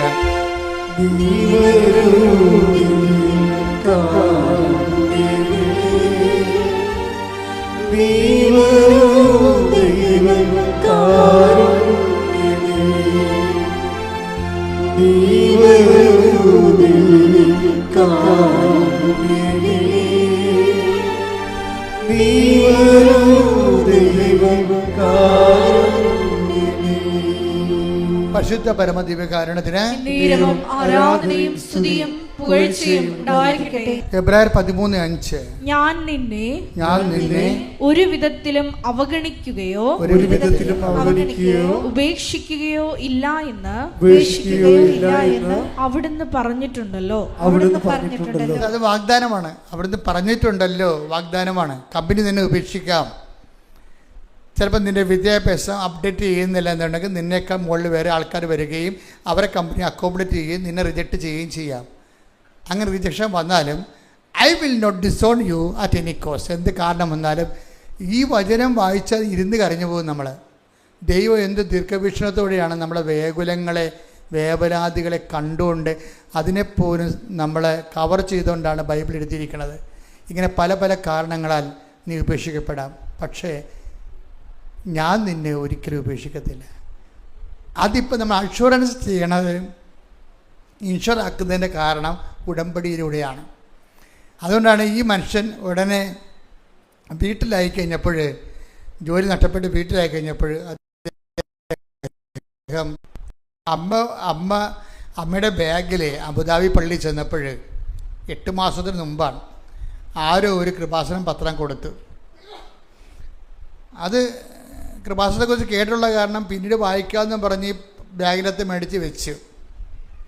പക്ഷേ ഇവർ അമ്മയും വായിച്ചില്ല, മകനും വായിച്ചില്ല. എന്താ കാര്യം? അത് വായിക്കാതെ ഞങ്ങൾ ജീവിക്കുന്നുണ്ട്. പിന്നെ അതാണ് പ്രശ്നം. ഇത് വായിക്കേണ്ട ആവശ്യം ഞങ്ങൾക്കില്ല. ഞങ്ങൾക്ക് ആവശ്യം ശമ്പളമുണ്ട്, മാന്യമായ ജീവിതമുണ്ട്, എല്ലാവരും ഞങ്ങളെ ആശ്രയിച്ച് ജീവിക്കുന്നുണ്ട്. പിന്നെ എന്തിനാണ് ഞങ്ങളിന്ന് ദൈവത്തെ ആശ്രയിക്കുന്നത്? ഇത് വലിയ പ്രശ്നമാണ് കേട്ടോ. എല്ലാവരും മറ്റുള്ളവരും നമ്മളെ ആശ്രയിച്ച് ജീവിക്കുമ്പോൾ നമുക്ക് ദൈവത്തെ ആശ്രയിക്കാൻ പറ്റത്തില്ല. അതൊരു ഗതികെട്ട അവസ്ഥയാണ് ശരിക്കും പറഞ്ഞാൽ. ഈ പത്രം 8 മാസത്തിൻ്റെ തിരിഞ്ഞിട്ട് പോലും ഇവർ എടുക്കേണ്ട ആവശ്യമില്ല അവർക്ക്. ഇപ്പോഴാണ് മകൻ പാകത്തായി കഴിഞ്ഞപ്പോഴാണ് അമ്മക്ക് തോന്നിയത്, എടാ കൃപാസനത്തിൽ ഇങ്ങനെ കുറേ സംഭവങ്ങളൊക്കെ മാതാവ് ചെയ്യുന്നുണ്ടല്ല, മകനെ രക്ഷിക്കാൻ മാതാവിന് പറ്റുമായിരിക്കും എന്നും പറഞ്ഞിട്ട് മകൻ ഈ പത്രം എടുത്ത് കൊടുക്കും. ഇപ്പോൾ അവനും മുള്ളൊക്കെ ഒടിഞ്ഞ് തണ്ടല്ലൊടിഞ്ഞിരിക്കുകയാണ്. എന്താ കാര്യം? തൻ്റെ മെരിറ്റ് ഡാമേജായി. എത്ര മെരിറ്റ് ഉണ്ടെന്ന് വെച്ചിട്ടും അത് ഡാമേജായിരിക്കുകയാണ്. അപ്പോഴെന്ത് ചെയ്യുക? അവനത് വായിച്ച് അവൻ ഉടനെ ഓൺലൈൻ എടുത്ത് ഉടമ്പടി എടുത്ത് അത് വായിച്ച ഉടനെ ജെറമി പറയണത്, എൻ്റെ അവസ്ഥ കാരണം എനിക്ക് ഉടമ്പടി എടുക്കാനുള്ളൊരു സാഹചര്യമായി. ഞാൻ ഈ പത്രം വായിച്ച ഉടനെ ഓൺലൈൻ ഉടമ്പടി എടുത്ത്.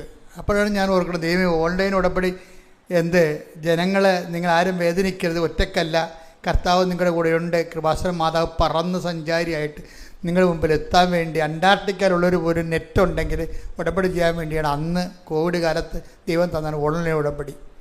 അപ്പോൾ പല ആൾക്കാരും എന്നോട് ചോദിച്ചു, അച്ഛാ ഈ ഓൺലൈൻ ഉടമ്പടി എന്ന് പറയുമ്പോൾ യഥാർത്ഥ ഉടമ്പടി 2018 ഉടമ്പടി എടുത്ത അനുഭവം കിട്ടിയ ആൾക്കാർ എന്നോട് ചോദിച്ചു, ഈ നമ്മുടെ യഥാർത്ഥ ഉടമ്പടിയുടെ അനുഭവം ഓൺലൈൻ കിട്ടുക? ഞാൻ പറഞ്ഞ് ഓൺലൈൻ ഉടമ്പടിക്ക് കറക്റ്റ് ഉടമ്പടി ജീവിതമല്ലേ. ഉടമ്പടി ജീവിതം ആര് ജീവിക്കുന്നുവോ അവന് അതിൻ്റെ ഫലം കിട്ടും. പിന്നെ അതിൻ്റെ അകത്ത് നേർച്ച വസ്തുക്കൾ ഉണ്ടാകത്തില്ലെന്ന് മാത്രമേ ഉള്ളൂ. അത് കോവിഡ് കഴിയുമ്പോൾ ആൾക്കാർ വന്ന് വാങ്ങിച്ചോളൂ എന്ന് ഞാൻ പറഞ്ഞു. അത് കറക്റ്റായിരുന്നു. എത്രയോ മനുഷ്യരാണ് ഇവിടെ എത്തുന്നതിന് മുമ്പ്, ഇപ്പോഴത്തെ നിങ്ങൾക്കറിയാമല്ലോ, നിങ്ങൾ ഇപ്പോൾ ഒക്ടോബർ മാസം 4-ാം ശനിയാഴ്ചയാണ് റാലി.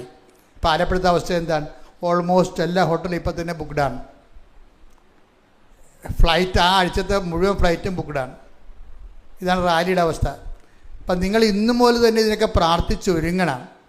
അകലെ ഉള്ളവർ ഇനിയുള്ള ബാക്കിയുള്ള സ്ഥലങ്ങൾ കൂടി ബുക്ക് ചെയ്തെടുക്കണം. അവശേഷിക്കുന്ന അല്ലെ പിന്നെ അമ്പലപ്പുഴ അവരടുത്ത് പോയി താമസിക്കേണ്ടി വരും. അപ്പം അതുകൊണ്ട് പെട്ടെന്ന് റാലിയിലേക്ക് വരുന്നതിന് ഇനി ബാക്കി അവശേഷിക്കുന്ന സ്ഥലങ്ങൾ കൂടി ആൾക്കാർ ബുക്ക് ചെയ്യുന്നതായിരിക്കും അവർക്ക് ബുദ്ധി. ഫ്ലൈറ്റും അങ്ങനെ തന്നെയാണ്. കാര്യം എൻ്റെ ചാർജ് ആ സമയത്ത് ബുക്ക് ചെയ്ത ചാർജ് കൂടുതലായിരിക്കും. ഇപ്പോൾ ഒക്ടോബർ മാസം 4-ാം ശനിയാഴ്ചയാണ് റാലി. അപ്പം ഇപ്പോൾ റാലിയെ സംബന്ധിച്ച് ഒന്ന് പ്രാർത്ഥിച്ച് ശ്രദ്ധിക്കട്ടെ. ഹല്ലേലൂയ hallelujah hallelujah hallelujah hallelujah hallelujah hallelujah. മഹത്വം റാലിയിൽ പങ്കെടുത്ത് പ്രാർത്ഥിക്കാൻ ആഗ്രഹിക്കുന്ന ലോകത്തിന്റെ വിവിധ ഭൂഖണ്ഡങ്ങളിലുള്ള എല്ലാ മക്കളെയും സമർപ്പിച്ച് പ്രാർത്ഥിക്കുന്നു. പരിശുദ്ധ അമ്മയുടെ പ്രതിഷീലനത്തിന്റെ സാക്ഷികളാക്കി ഓരോ മക്കളെ ഉയർത്തണമേ എന്ന് പ്രാർത്ഥിക്കുന്നു. സുരക്ഷിതമായി ആ മക്കളെ പരിശുദ്ധ പരമദിവ്യകാരുണ്യത്തിന് ആരാധനയും സ്തുതിയും പുകഴ്ചയും പരിശുദ്ധ പരമദിവ്യകാരുണ്യത്തിന് ആരാധനയും സ്തുതിയും പുകഴ്ചയും ഉണ്ടായിരിക്കട്ടെ. അപ്പം ജെറോമി പറയണത് ഞങ്ങൾ ഉടമ്പടി വെക്കാതിരുന്നൊരു കാര്യമുണ്ട്. അതെങ്ങനെ ഉടമ്പടി വെക്കണമെന്ന് എനിക്ക് അറിയത്തില്ല, അതുകൊണ്ട് വെച്ചില്ല. പക്ഷേ എൻ്റെ കുടുംബം അനുഭവിച്ച വേറൊരു പ്രശ്നമുണ്ട്. എൻ്റെ മകൾക്ക് ഈ എപ്പോഴും മൂക്കിന് ഒരു രോഗമുണ്ട്, അഡിനോയിഡിൻ്റെ ഒരു സിസ്റ്റാണ്. അതിങ്ങനെ ബൾജ് ചെയ്ത് വരും. എപ്പോഴും ജലദോഷമാണ് ഭയങ്കരമായിട്ട്. ഇപ്പോൾ ഡോക്ടറിനെ കാണിച്ചപ്പോൾ ആ കൊച്ച് എപ്പോഴും ഇങ്ങനെ അസുഖപ്പെട്ടിരിക്കും. പല ചികിത്സകൾ നോക്കിയിട്ട് നടക്കാതിരിക്കുകയായിരുന്നു. ഉടമ്പടി ഞങ്ങളത് വെച്ചിട്ടില്ല. കാര്യം അത് അവർക്ക് അത്രയും ദൈവത്തെക്കുറിച്ച് അറിവില്ലല്ലോ. അപ്പം അവർക്കുള്ള അടിയന്തര പ്രശ്നം എന്താണ്? ജോലി നഷ്ടപ്പെട്ടതല്ലേ, അതാണ് വെച്ചിരിക്കുന്നത്. പക്ഷേ എന്നെ സംഭവിച്ചെന്ന് കഴിഞ്ഞാൽ ഈ അഡിനോയിഡിൻ്റെ അസുഖം കൊച്ചിന് മാസങ്ങളോ വർഷങ്ങളായിട്ടുള്ളതാണ്. ഡോക്ടർ പറഞ്ഞു അത് ഓപ്പറേഷൻ ചെയ്യണമെന്ന് പറഞ്ഞ്. അപ്പോൾ ഓപ്പറേഷൻ ചെയ്യാൻ വേണ്ടിയുള്ള പ്ലാനാണ് ഇരിക്കുന്നത്. പക്ഷേ എന്ത് ചെയ്ത് ഉടമ്പടി എടുത്തതിന് ശേഷം പിന്നീട് ഇവർ വന്ന് ഇവിടെ തീർത്ഥാടന ഉടമ്പടി എടുത്തപ്പോൾ എന്നാ പറ്റി? അതിൻ്റെ അകത്ത് ഉള്ളത് എന്താണ്? ഉടമ്പടി തൈലമാണ് ഉള്ളത്. അപ്പോൾ ഉടമ്പടി തൈലം എടുത്ത് ഈ അഡിനോയിഡിനെ അവർ വിശ്വാസപ്രമാണം ചൊല്ലി അവർ പെട്ടാൻ തുടങ്ങി. ഈ ജെറോമി എന്ന് പറഞ്ഞാലും വൈഫെന്ന് പറഞ്ഞാലും പക്കായിട്ട് അവർ ഉടമ്പടിയിലോട്ട് കറക്റ്റ്. അതാണ് ഞങ്ങൾ ഉടമ്പടി ജീവിതം തുടങ്ങിയെന്നാണ് അവർ പറഞ്ഞത്. അല്ല, ഉടമ്പടി പ്രാർത്ഥന തുടങ്ങിയെന്നല്ല പറഞ്ഞത്. ഉടമ്പടി ജീവിതം കാണുന്നവരെല്ലാം സഹായിച്ചും കർത്താവിനെ അറിയിച്ചും ദൈവത്തിൻ്റെ മക്കളെപ്പോലെ അങ്ങ് ഞങ്ങൾ ജീവിക്കാൻ തുടങ്ങിയപ്പോഴേ ഈ ഉടമ്പടി തൈലം പറ്റിയിട്ട് ഓപ്പറേഷൻ ഡേറ്റ് എടുക്കാൻ വേണ്ടി ഡോക്ടറെ അടുത്ത് ചെന്നപ്പോൾ ഡോക്ടർ സ്കാൻ ചെയ്തപ്പോൾ പറഞ്ഞ് ഇപ്പം അഡിനോയിഡ് ഇല്ലല്ല, കുഞ്ഞ് സുഖപ്പെട്ടല്ല എന്ന് പറഞ്ഞു. പക്ഷേ നിങ്ങൾ ചിന്തിച്ചേ, അവരത് ഉടമ്പടി വെച്ചിട്ടില്ല. നിങ്ങൾ ഉടമ്പടി വെച്ചില്ല ദൈവം അങ്ങനെ പറയാമോ? അവർ ഉടമ്പടി വെച്ചിട്ടില്ല അതുകൊണ്ട് എടുക്കണമെന്ന് പറയാമോ? അങ്ങനെയല്ല. ദൈവം നമ്മൾ ദൈവ വഴിയിലേക്ക് വരുമ്പോൾ പിന്നെ നീ വെക്കണം വെക്കാത്തതും ദൈവത്തിന് പ്രശ്നമില്ല. നിന്റെ ടോട്ടലായിട്ടാണ് ദൈവം സംരക്ഷിക്കുന്നത്. കൈയടിച്ച് ശ്രുതികട്ടെ.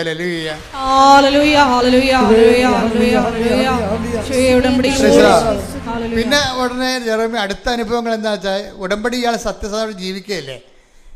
പണ്ട് ഒരു കൃപാസനം പത്രം കിട്ടിയിട്ട് 8 മാസമായിട്ട് വായിക്കാതിരുന്ന ആൾ ഇപ്പം എന്താണ്, കൃപാസനം പത്രം വാങ്ങിച്ചുകൊണ്ട് പോയിട്ട് ഇങ്ങേര് തന്നെയാണ് ആൾക്കാർക്ക് പറഞ്ഞു കൊടുക്കുന്നത് അങ്ങയുടെ അനുഭവങ്ങളെ.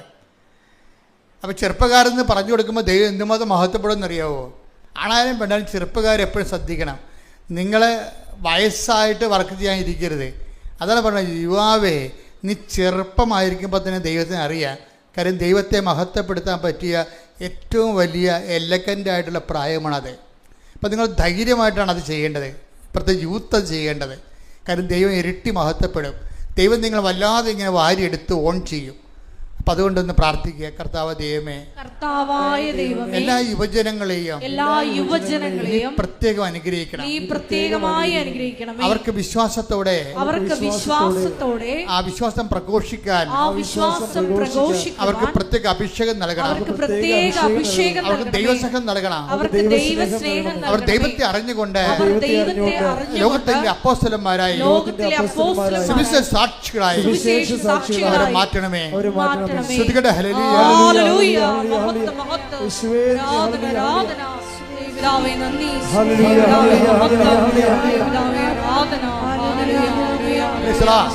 ഇപ്പൊ ജെറോമി സത്യസന്ധമാണെന്ന് ദൈവത്തിന് തോന്നണം ആൾ സത്യസന്ധനാണെന്ന്.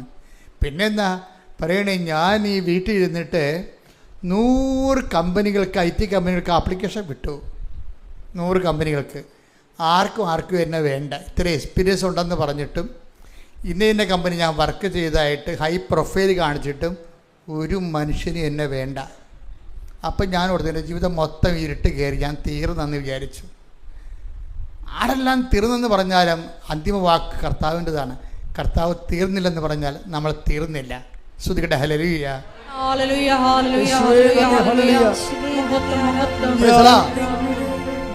കൈവിടൂ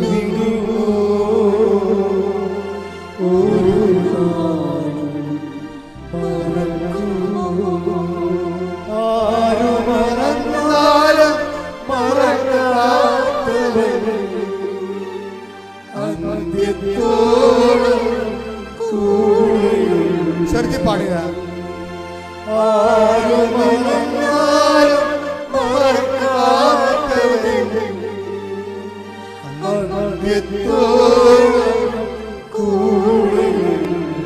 ഞാൻ നിന്നെ ഒരുമിച്ച്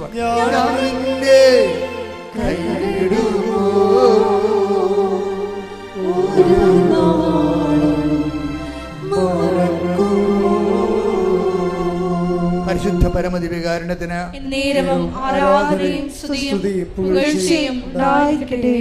മാതാവിൻ്റെ സെലക്ഷൻ ഭയങ്കര രസമാണ്. സാജന് അക്കോമഡേറ്റ് ചെയ്യാൻ പറ്റും, ഈ ജെറോമിയെ അക്കോമഡേറ്റ് ചെയ്യാൻ പറ്റിയ കമ്പനിയെ മാതാവിനറിയാം. മാതാവ് ആ 2 കമ്പനിയെ 100 അപേക്ഷ വിട്ടിട്ട് ആരും തിരിഞ്ഞു നോക്കിയില്ല. ഉടമ്പടി എടുത്തിട്ട് 2 എണ്ണം വിട്ട് ആ 2 സാജനെ വിളിച്ചു.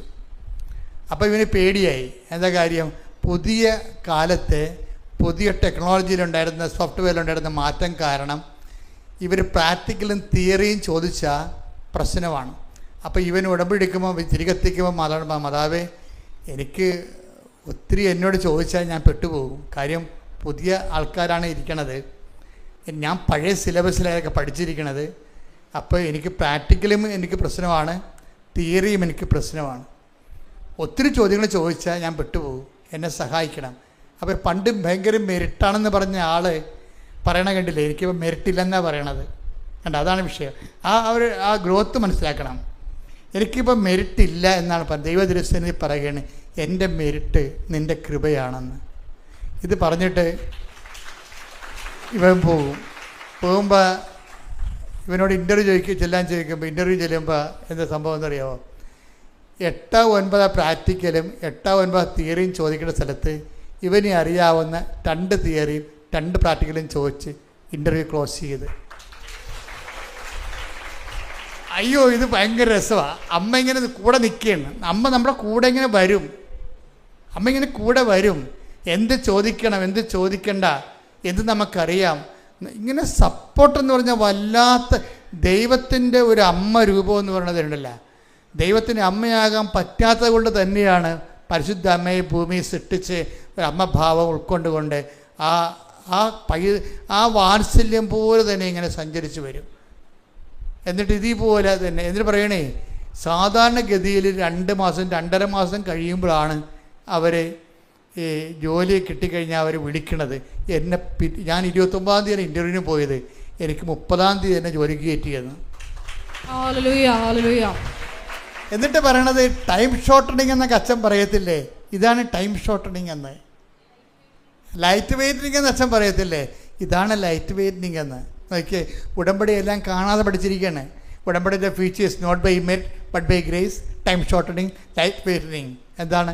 എല്ലാം ദൈവം ഈ ഒറ്റ പാക്കേജിൽ ഇതെല്ലാം വാഗ്ദാനങ്ങളാണ് ദൈവത്തിൻ്റെ. സമയച്ചുരുക്കവും ഭാരലഘുത്വവും വലിയ ഭാരങ്ങൾ. അതിനെ ആ കുഞ്ഞിന് ഓപ്പറേഷൻ ചെയ്യാൻ പോകുന്നതാണ്. അതിനെ വെറും ഒരു ഉടമ്പടി തൈലം കൊണ്ട് സിമ്പിളാക്കി കളഞ്ഞു, ഭാരം മാറ്റിയതിൻ്റെ എല്ലാം. അത് ലൈറ്റ് വെയ്റ്റിങ് എന്ന് പറയണതും ഭാരച്ചുരുക്കം. ഇങ്ങനെ ഉടമ്പടി. ഇനി രസമെന്ന് പറയണത് ഇതുപോലെ തന്നെയാണ്. കഴിഞ്ഞ ദിവസങ്ങളിൽ ഒരു ജയമോൻ്റെ സാക്ഷ്യം കൂടി പറയാം പെട്ടെന്ന്, 2 മിനിറ്റ്. കാര്യം എനിക്ക് ഭയങ്കര ഇഷ്ടപ്പെട്ടൊരു സാക്ഷ്യമാണ്. എന്താ കാര്യം വെച്ച് കഴിഞ്ഞാൽ, ജയ്മോൻ ഒരു ട്രാൻസ്പോർട്ട് ഇതാണ്, കണ്ടക്ടറാണ്. അദ്ദേഹത്തെ സർവീസ് കഴിഞ്ഞ് രാത്രി 10 മണിക്ക് വണ്ടി ഗ്യാരേജിൽ കയറ്റിയിട്ട് അദ്ദേഹത്തിൻ്റെ ബൈക്ക് എടുത്ത് തിരിഞ്ഞു വന്നപ്പോൾ കോട്ടയം സ്റ്റാൻഡിൽ വെച്ച് വേറൊരു വണ്ടി ഇടിച്ചിട്ട് അയാൾക്ക് തകർന്നു പോയി.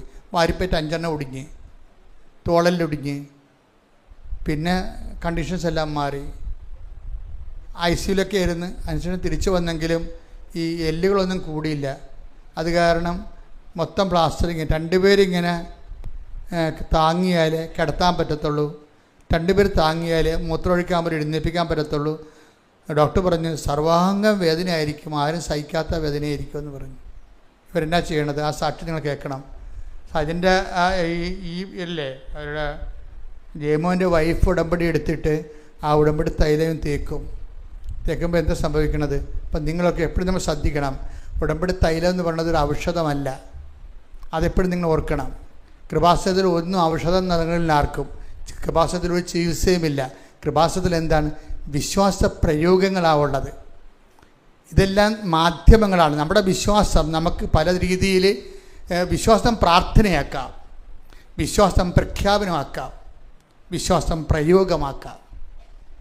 അപ്പോൾ ഉടമ്പടിയിലാണ് ഈ നേർച്ച വസ്തുക്കളിൽ ഒരിക്കലും ഓർക്കണം. തൈലം, അച്ഛൻ തൈലം കൊടുത്തു, ആൾക്കാരെ പരിചയം വന്നിട്ട് കഥയില്ല. കാര്യം തൈലം അഭിഷേകമായി ഇതായിട്ട് കൊടുക്കുകയല്ല. തൈലം എന്ന് പറഞ്ഞത് നമ്മളെ ഈ ധാനേന്ദ്രം കുഴമ്പ് അല്ലെങ്കിൽ ആയുർവേദ തൈലം പോലെ കൊടുക്കുകയല്ലത്. അത് നമ്മുടെ വിശ്വാസം, യേശു കർത്താവാണെന്ന്. അത് റോമ 10:9 എന്താണ്? യേശു കർത്താവാണെന്ന് അധരം കൊണ്ട് ഏറ്റുപറയുകയും ദൈവം അവന് മരിച്ചവെന്ന് ഉയർപ്പിച്ചെന്ന് ഹൃദയത്തിൽ വിശ്വസിക്കുന്നതാണ് വിശ്വാസം. ഈ ദൈവം അവന് മരിച്ചവെന്ന് ഉയർപ്പിച്ചുവെന്ന് വിശ്വസിക്കുമ്പോൾ ആ വിശ്വാസത്തെ നമ്മൾ പ്രയോഗിക്കാം, ആ വിശ്വാസത്തെ നമ്മൾ പ്രഖ്യാപിക്കാം, ആ വിശ്വാസത്തെ നമ്മൾ പ്രാർത്ഥിക്കാം. പ്രാർത്ഥനയേക്കാൾ വലുതാണ് പ്രഖ്യാപനം. അപ്പോൾ നമ്മളുടെ പ്രാർത്ഥനയുണ്ട് നമ്മൾക്ക്, അതുപോലെ കാരുണ്യ പ്രവർത്തികളിലൂടെ പ്രഖ്യാപനമുണ്ട്, അതുപോലെ തന്നെ പ്രയോഗങ്ങളുമുണ്ട്. ആ പ്രയോഗം എന്ന് പറയുന്നത് എന്താണ്? നേർച്ച വസ്തുക്കളെ യേശുനാമത്തിൽ വെഞ്ചരിച്ചിട്ട് വിശ്വാസ പ്രമാണം ചൊല്ലി കർത്താവിൻ്റെ ശക്തി അവരിലേക്ക് പ്രവർത്തിക്കാനുള്ള മാധ്യമം മാത്രമാണിത്. അതുകൊണ്ട് തന്നെയാണ് ആർക്കാണ് കർത്താവിൻ്റെ ശക്തി ആവഹിപ്പിക്കാൻ പറ്റണത്? കർത്താവിൻ്റെ ശക്തി എങ്ങനെയാണ് ചെയ്യണത്? ആവഹിക്കുകയാണ് ചെയ്യണത്. നമ്മൾ നേരത്തെ വായിച്ചില്ലേ 2 Corinthians 12:9 യേശുക്രിസ്തുവിൻ്റെ ശക്തി പറഞ്ഞേ, എന്നിലേക്ക് ആവസിക്കുന്നതിന് വേണ്ടി ഞാൻ എൻ്റെ ബലഹീനതയെ ഓർത്തുകൊണ്ട് പ്രശംസിക്കുമെന്ന് പറഞ്ഞത് ഒരു പ്രാർത്ഥനാ രീതിയാണ്, സ്തുതിപ്പിന്റെ പ്രാർത്ഥനയാണത്. അത് പ്രാർത്ഥനാ രീതിയാണ്. അതുപോലെ തന്നെ യേശുക്രിസ്തുവിന്റെ ശക്തി എന്നിലേക്ക് ആവസിക്കാൻ വേണ്ടി എനിക്ക് പ്രഖ്യാപിക്കാം യേശു കർത്താവാണെന്ന്. യേശു കർത്താവാണെന്ന് പ്രഖ്യാപിക്കാൻ വേണ്ടിയാണ് ഞാൻ വിശ്വാസം പരസ്യമായിട്ട് പ്രഖ്യാപിക്കണത്. വിശ്വാസം സ്വകാര്യമായിട്ട് വെച്ചുകൊണ്ടിരിക്കാനുള്ളതല്ല. നമ്മളിപ്പോൾ ഞാൻ തന്നെയാണെങ്കിൽ ഇന്നലെ ഒരു സമരത്തിൽ പോയി. ഒരു തുറമുഖം ഗവൺമെൻറ് വർഷങ്ങളായിട്ട് തുറമുഖത്തിന് വർക്ക് നടക്കുന്നില്ല അവിടെ. അപ്പോൾ അതിനൊരു സമരം, ആ തുറമുഖം തുടർന്ന് വികസന ഗവൺമെൻറ് കടലിലേക്ക് കല്ലിടാൻ വേണ്ടി, അത് ഇതുപോലെ തന്നെ ബ്രേക്ക് വാട്ടർ സിസ്റ്റം കിട്ടാൻ വേണ്ടി കോൺട്രാക്ടർമാർ പൈസ അവരവിടെ ഗവൺമെൻറ്റിൽ നിന്ന് കൊട്ടേഷൻ എടുത്തിട്ടും അവർ വർക്ക് ചെയ്യണില്ല.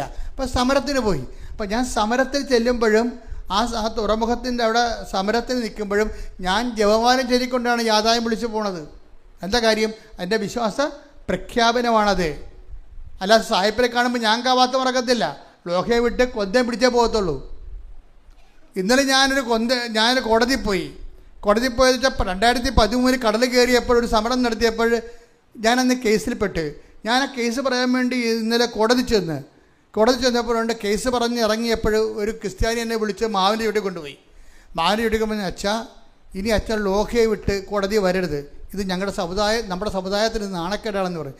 ഞാൻ പറഞ്ഞു, ജനങ്ങൾക്ക് വേണ്ടി നീതിക്ക് വേണ്ടി പോരാടിയതിന് ശേഷം ഒരു നിയമ പോരാട്ടത്തിൽ ഞാൻ വന്നിരിക്കുന്ന കർത്താവിന് നാമത്തിൽ താൻ പണി നോക്കാൻ പറഞ്ഞു. അതെന്താ കാര്യം വെച്ച് കഴിഞ്ഞാൽ ഇത് വിശ്വാസ പ്രഖ്യാപനമാണത്. ഞാനൊരു പുരോഹിതനാണെന്നും ഞാൻ ഈ സോഷ്യൽ കോസിന് വേണ്ടി നിൽക്കുന്നത് നീതിക്ക് വേണ്ടിയുള്ള പോരാട്ടമാണെന്നും ദൈവത്തിന് മനസ്സിലാകും, ബോധമുള്ള ജനങ്ങൾക്ക് മനസ്സിലാകും. ബോധമില്ലാത്ത വല്ലതൊക്കെ വിളിച്ച് പറയും, I don't mind about that. പക്ഷെ എന്താണ്? അത് പ്രഖ്യാപനമാണ്. ഈ വിശ്വാസത്തെ നമ്മൾ പ്രാർത്ഥിക്കാം, വിശ്വാസത്തെ നമ്മൾ പ്രയോഗിക്കാം, അതുപോലെ തന്നെ വിശ്വാസത്തെ നമ്മൾ പ്രഖ്യാപിക്കാം. അതുപോലെ തന്നെ പ്രയോഗമാണ് ഈ ഉടമ്പടി തൈലം. വിശ്വാസ പ്രയോഗമാണ്, അല്ല ചികിത്സാവിധിയൊന്നും അല്ലത്. പക്ഷെ അതുകൊണ്ട് നിങ്ങൾക്ക് വിശ്വാസ പ്രമാണം കൃത്യമായിട്ട് അറിയണം, നിങ്ങൾ ചെയ്യണം എന്താണെന്ന് അറിയണം. ഈ ജർമ്മൻ്റെ വൈഫിനെ കൃത്യമായിട്ട് ഇത് പ്രയോഗിക്കാൻ അറിയാം. അവർ പതുക്കെ പാകതയോടെ വിശുദ്ധിയോടെ വിശ്വാസ പ്രമാണം ചൊല്ലിക്കൊണ്ടാണ് ഈ ഒടിഞ്ഞിരിക്കുന്ന തോളലില്ലേ അതിന് ഇതെല്ലാം കഴിഞ്ഞിട്ട് എത്ര കാലം ഇങ്ങനെ ഓപ്പറേറ്റ് ചെയ്തെല്ലാം ശരിയാക്കണത് അറിയത്തില്ല. സങ്കടപ്പെട്ടൊരു ജീവിതമാണ്. അപ്പോൾ അവളിത് വിശ്വാസ പ്രമാണം ചൊല്ലിക്കൊണ്ട് ഈ ആശയത്തെ അവസ്ഥയിൽ തോളിൽ ഇങ്ങനെ ഉടമ്പടി തേലം തേച്ചുകൊണ്ടിരിക്കുകയാണ്. എന്നിട്ട് ഇതിനെ താങ്ങിക്കിടത്തും, 2 പേരും കൂടി താങ്ങിക്കിടത്തും. രാത്രിയായപ്പോൾ ഈ മനുഷ്യനെ ഒരാൾ വന്ന് തട്ടി ഇയാൾ ഉറക്കത്തിലിങ്ങനെ നോക്കുമ്പോൾ അമ്മ മാതാവ്. ഇയാൾ ഉടനെ എഴുന്നേക്കും, ഉറക്കത്തിലല്ലേ, തനിക്ക് തോന്നിയാണെന്നും പറഞ്ഞ് എഴുന്നേക്കും, പിന്നെ കിടക്കും. രാവിലെ എഴുന്നേറ്റിട്ട് നേരെ ആരുടെ സഹായമില്ലായി എഴുന്നേറ്റ് വരും ഈ മനുഷ്യൻ. ഡോക്ടറുടെ അടുത്ത് എന്നാ പറഞ്ഞത്, നിങ്ങൾക്ക് എന്ത് പറ്റി, എല്ലാ അസ്ഥികളും യോജിച്ചിരിക്കണമല്ല എന്ന്. ഇതാണ് എൻ്റെ വിഷയം. ഇത് പ്രയോഗമാണ്, വിശ്വാസ പ്രയോഗമാണ്. അപ്പം അതുകൊണ്ട് ഇത് ഉപയോഗിക്കുന്നൊരു വിശുദ്ധിയുടെ ഉപയോഗിക്കണം. അതുപോലെ തന്നെ ഉടമ്പടിയുടെ എല്ലാ കാര്യവും ജെറോമി പറഞ്ഞ പോലെ ഞാനും വൈഫും ഉടമ്പടി ജീവിക്കാൻ തുടങ്ങിയപ്പോൾ എന്നാണ്. ഉടമ്പടി ജീവിതമാണ്, അല്ലാതെ എന്തെങ്കിലും കാട്ടിക്കൂട്ടി ഒപ്പിക്കണമല്ല. അപ്പം അതുകൊണ്ട് ഉടമ്പടി നിങ്ങൾ ദൈവം സത്യസന്ധമായിട്ട് ജീവിക്കുക, ദൈവം നിങ്ങളുടെ കൂടെ ഉണ്ടാവും. Thank you. Praise the Lord.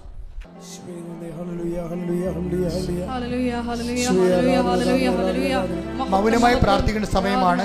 നിങ്ങളുടെ വ്യക്തിപരമായ ആവശ്യങ്ങൾ നമ്മൾ നല്ലവണ്ണം രാവിലെ ആദ്യം തുടങ്ങിയപ്പോൾ തന്നെ കർത്താവ് രോഗസൗഖ്യം പ്രാർത്ഥനയും ജീവിത ദുരിതങ്ങൾക്ക് വേണ്ടിയുള്ള പ്രാർത്ഥനകളും ഈശോ തന്നെ നടത്തി നമ്മളെ ഉപകരണമാക്കിക്കൊണ്ട്. ഇപ്പോൾ നിങ്ങൾക്ക് മൗനമായി പ്രാർത്ഥിക്കേണ്ട സമയമാണ്.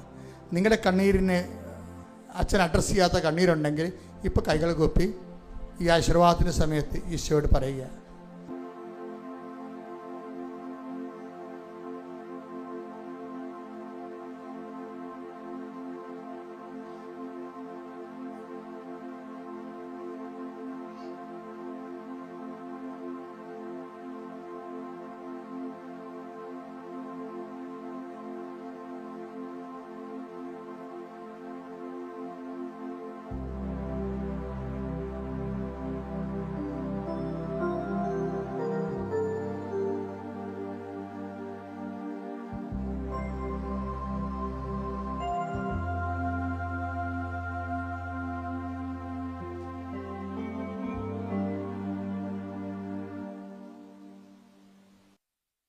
ഒരിക്കൽ കൂടി മരിയൻ ഉടമ്പടിയിൽ സമർപ്പിച്ചിരിക്കുന്ന എല്ലാ വിഷയങ്ങളും ദൈവമാതാവിൻ്റെ മുമ്പിൽ, ദൈവമാതാവിൻ്റെ മധ്യസ്ഥതയിൽ, ദിവ്യകാരുണ്യ സന്നിധിയിൽ സമർപ്പിച്ചുകൊണ്ട് നമുക്ക് ഒരു നിമിഷം മൗനമായിട്ട് പ്രാർത്ഥിക്കാം.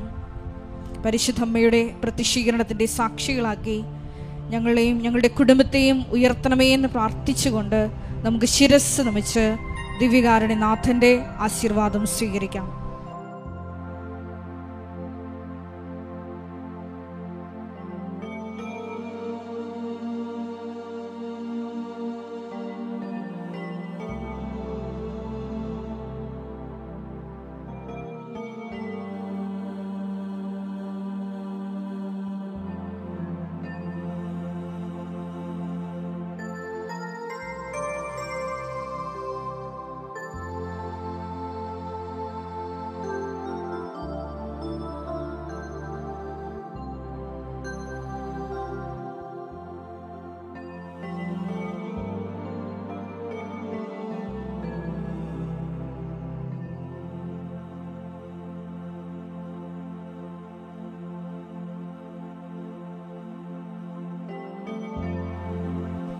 പരിശുദ്ധ പരമമാ ദിവ്യകാരുണ്യമേ,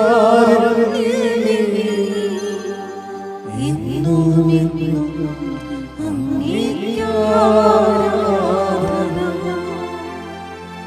പരിശുദ്ധ പരമമാ ദിവ്യകാരുണ്യമേ, എന്നും എന്നും അങ്ങേക്ക് പരിശുദ്ധ പരമമാ ദിവ്യകാരുണ്യമേ, എന്നും എന്നും അങ്ങേക്ക്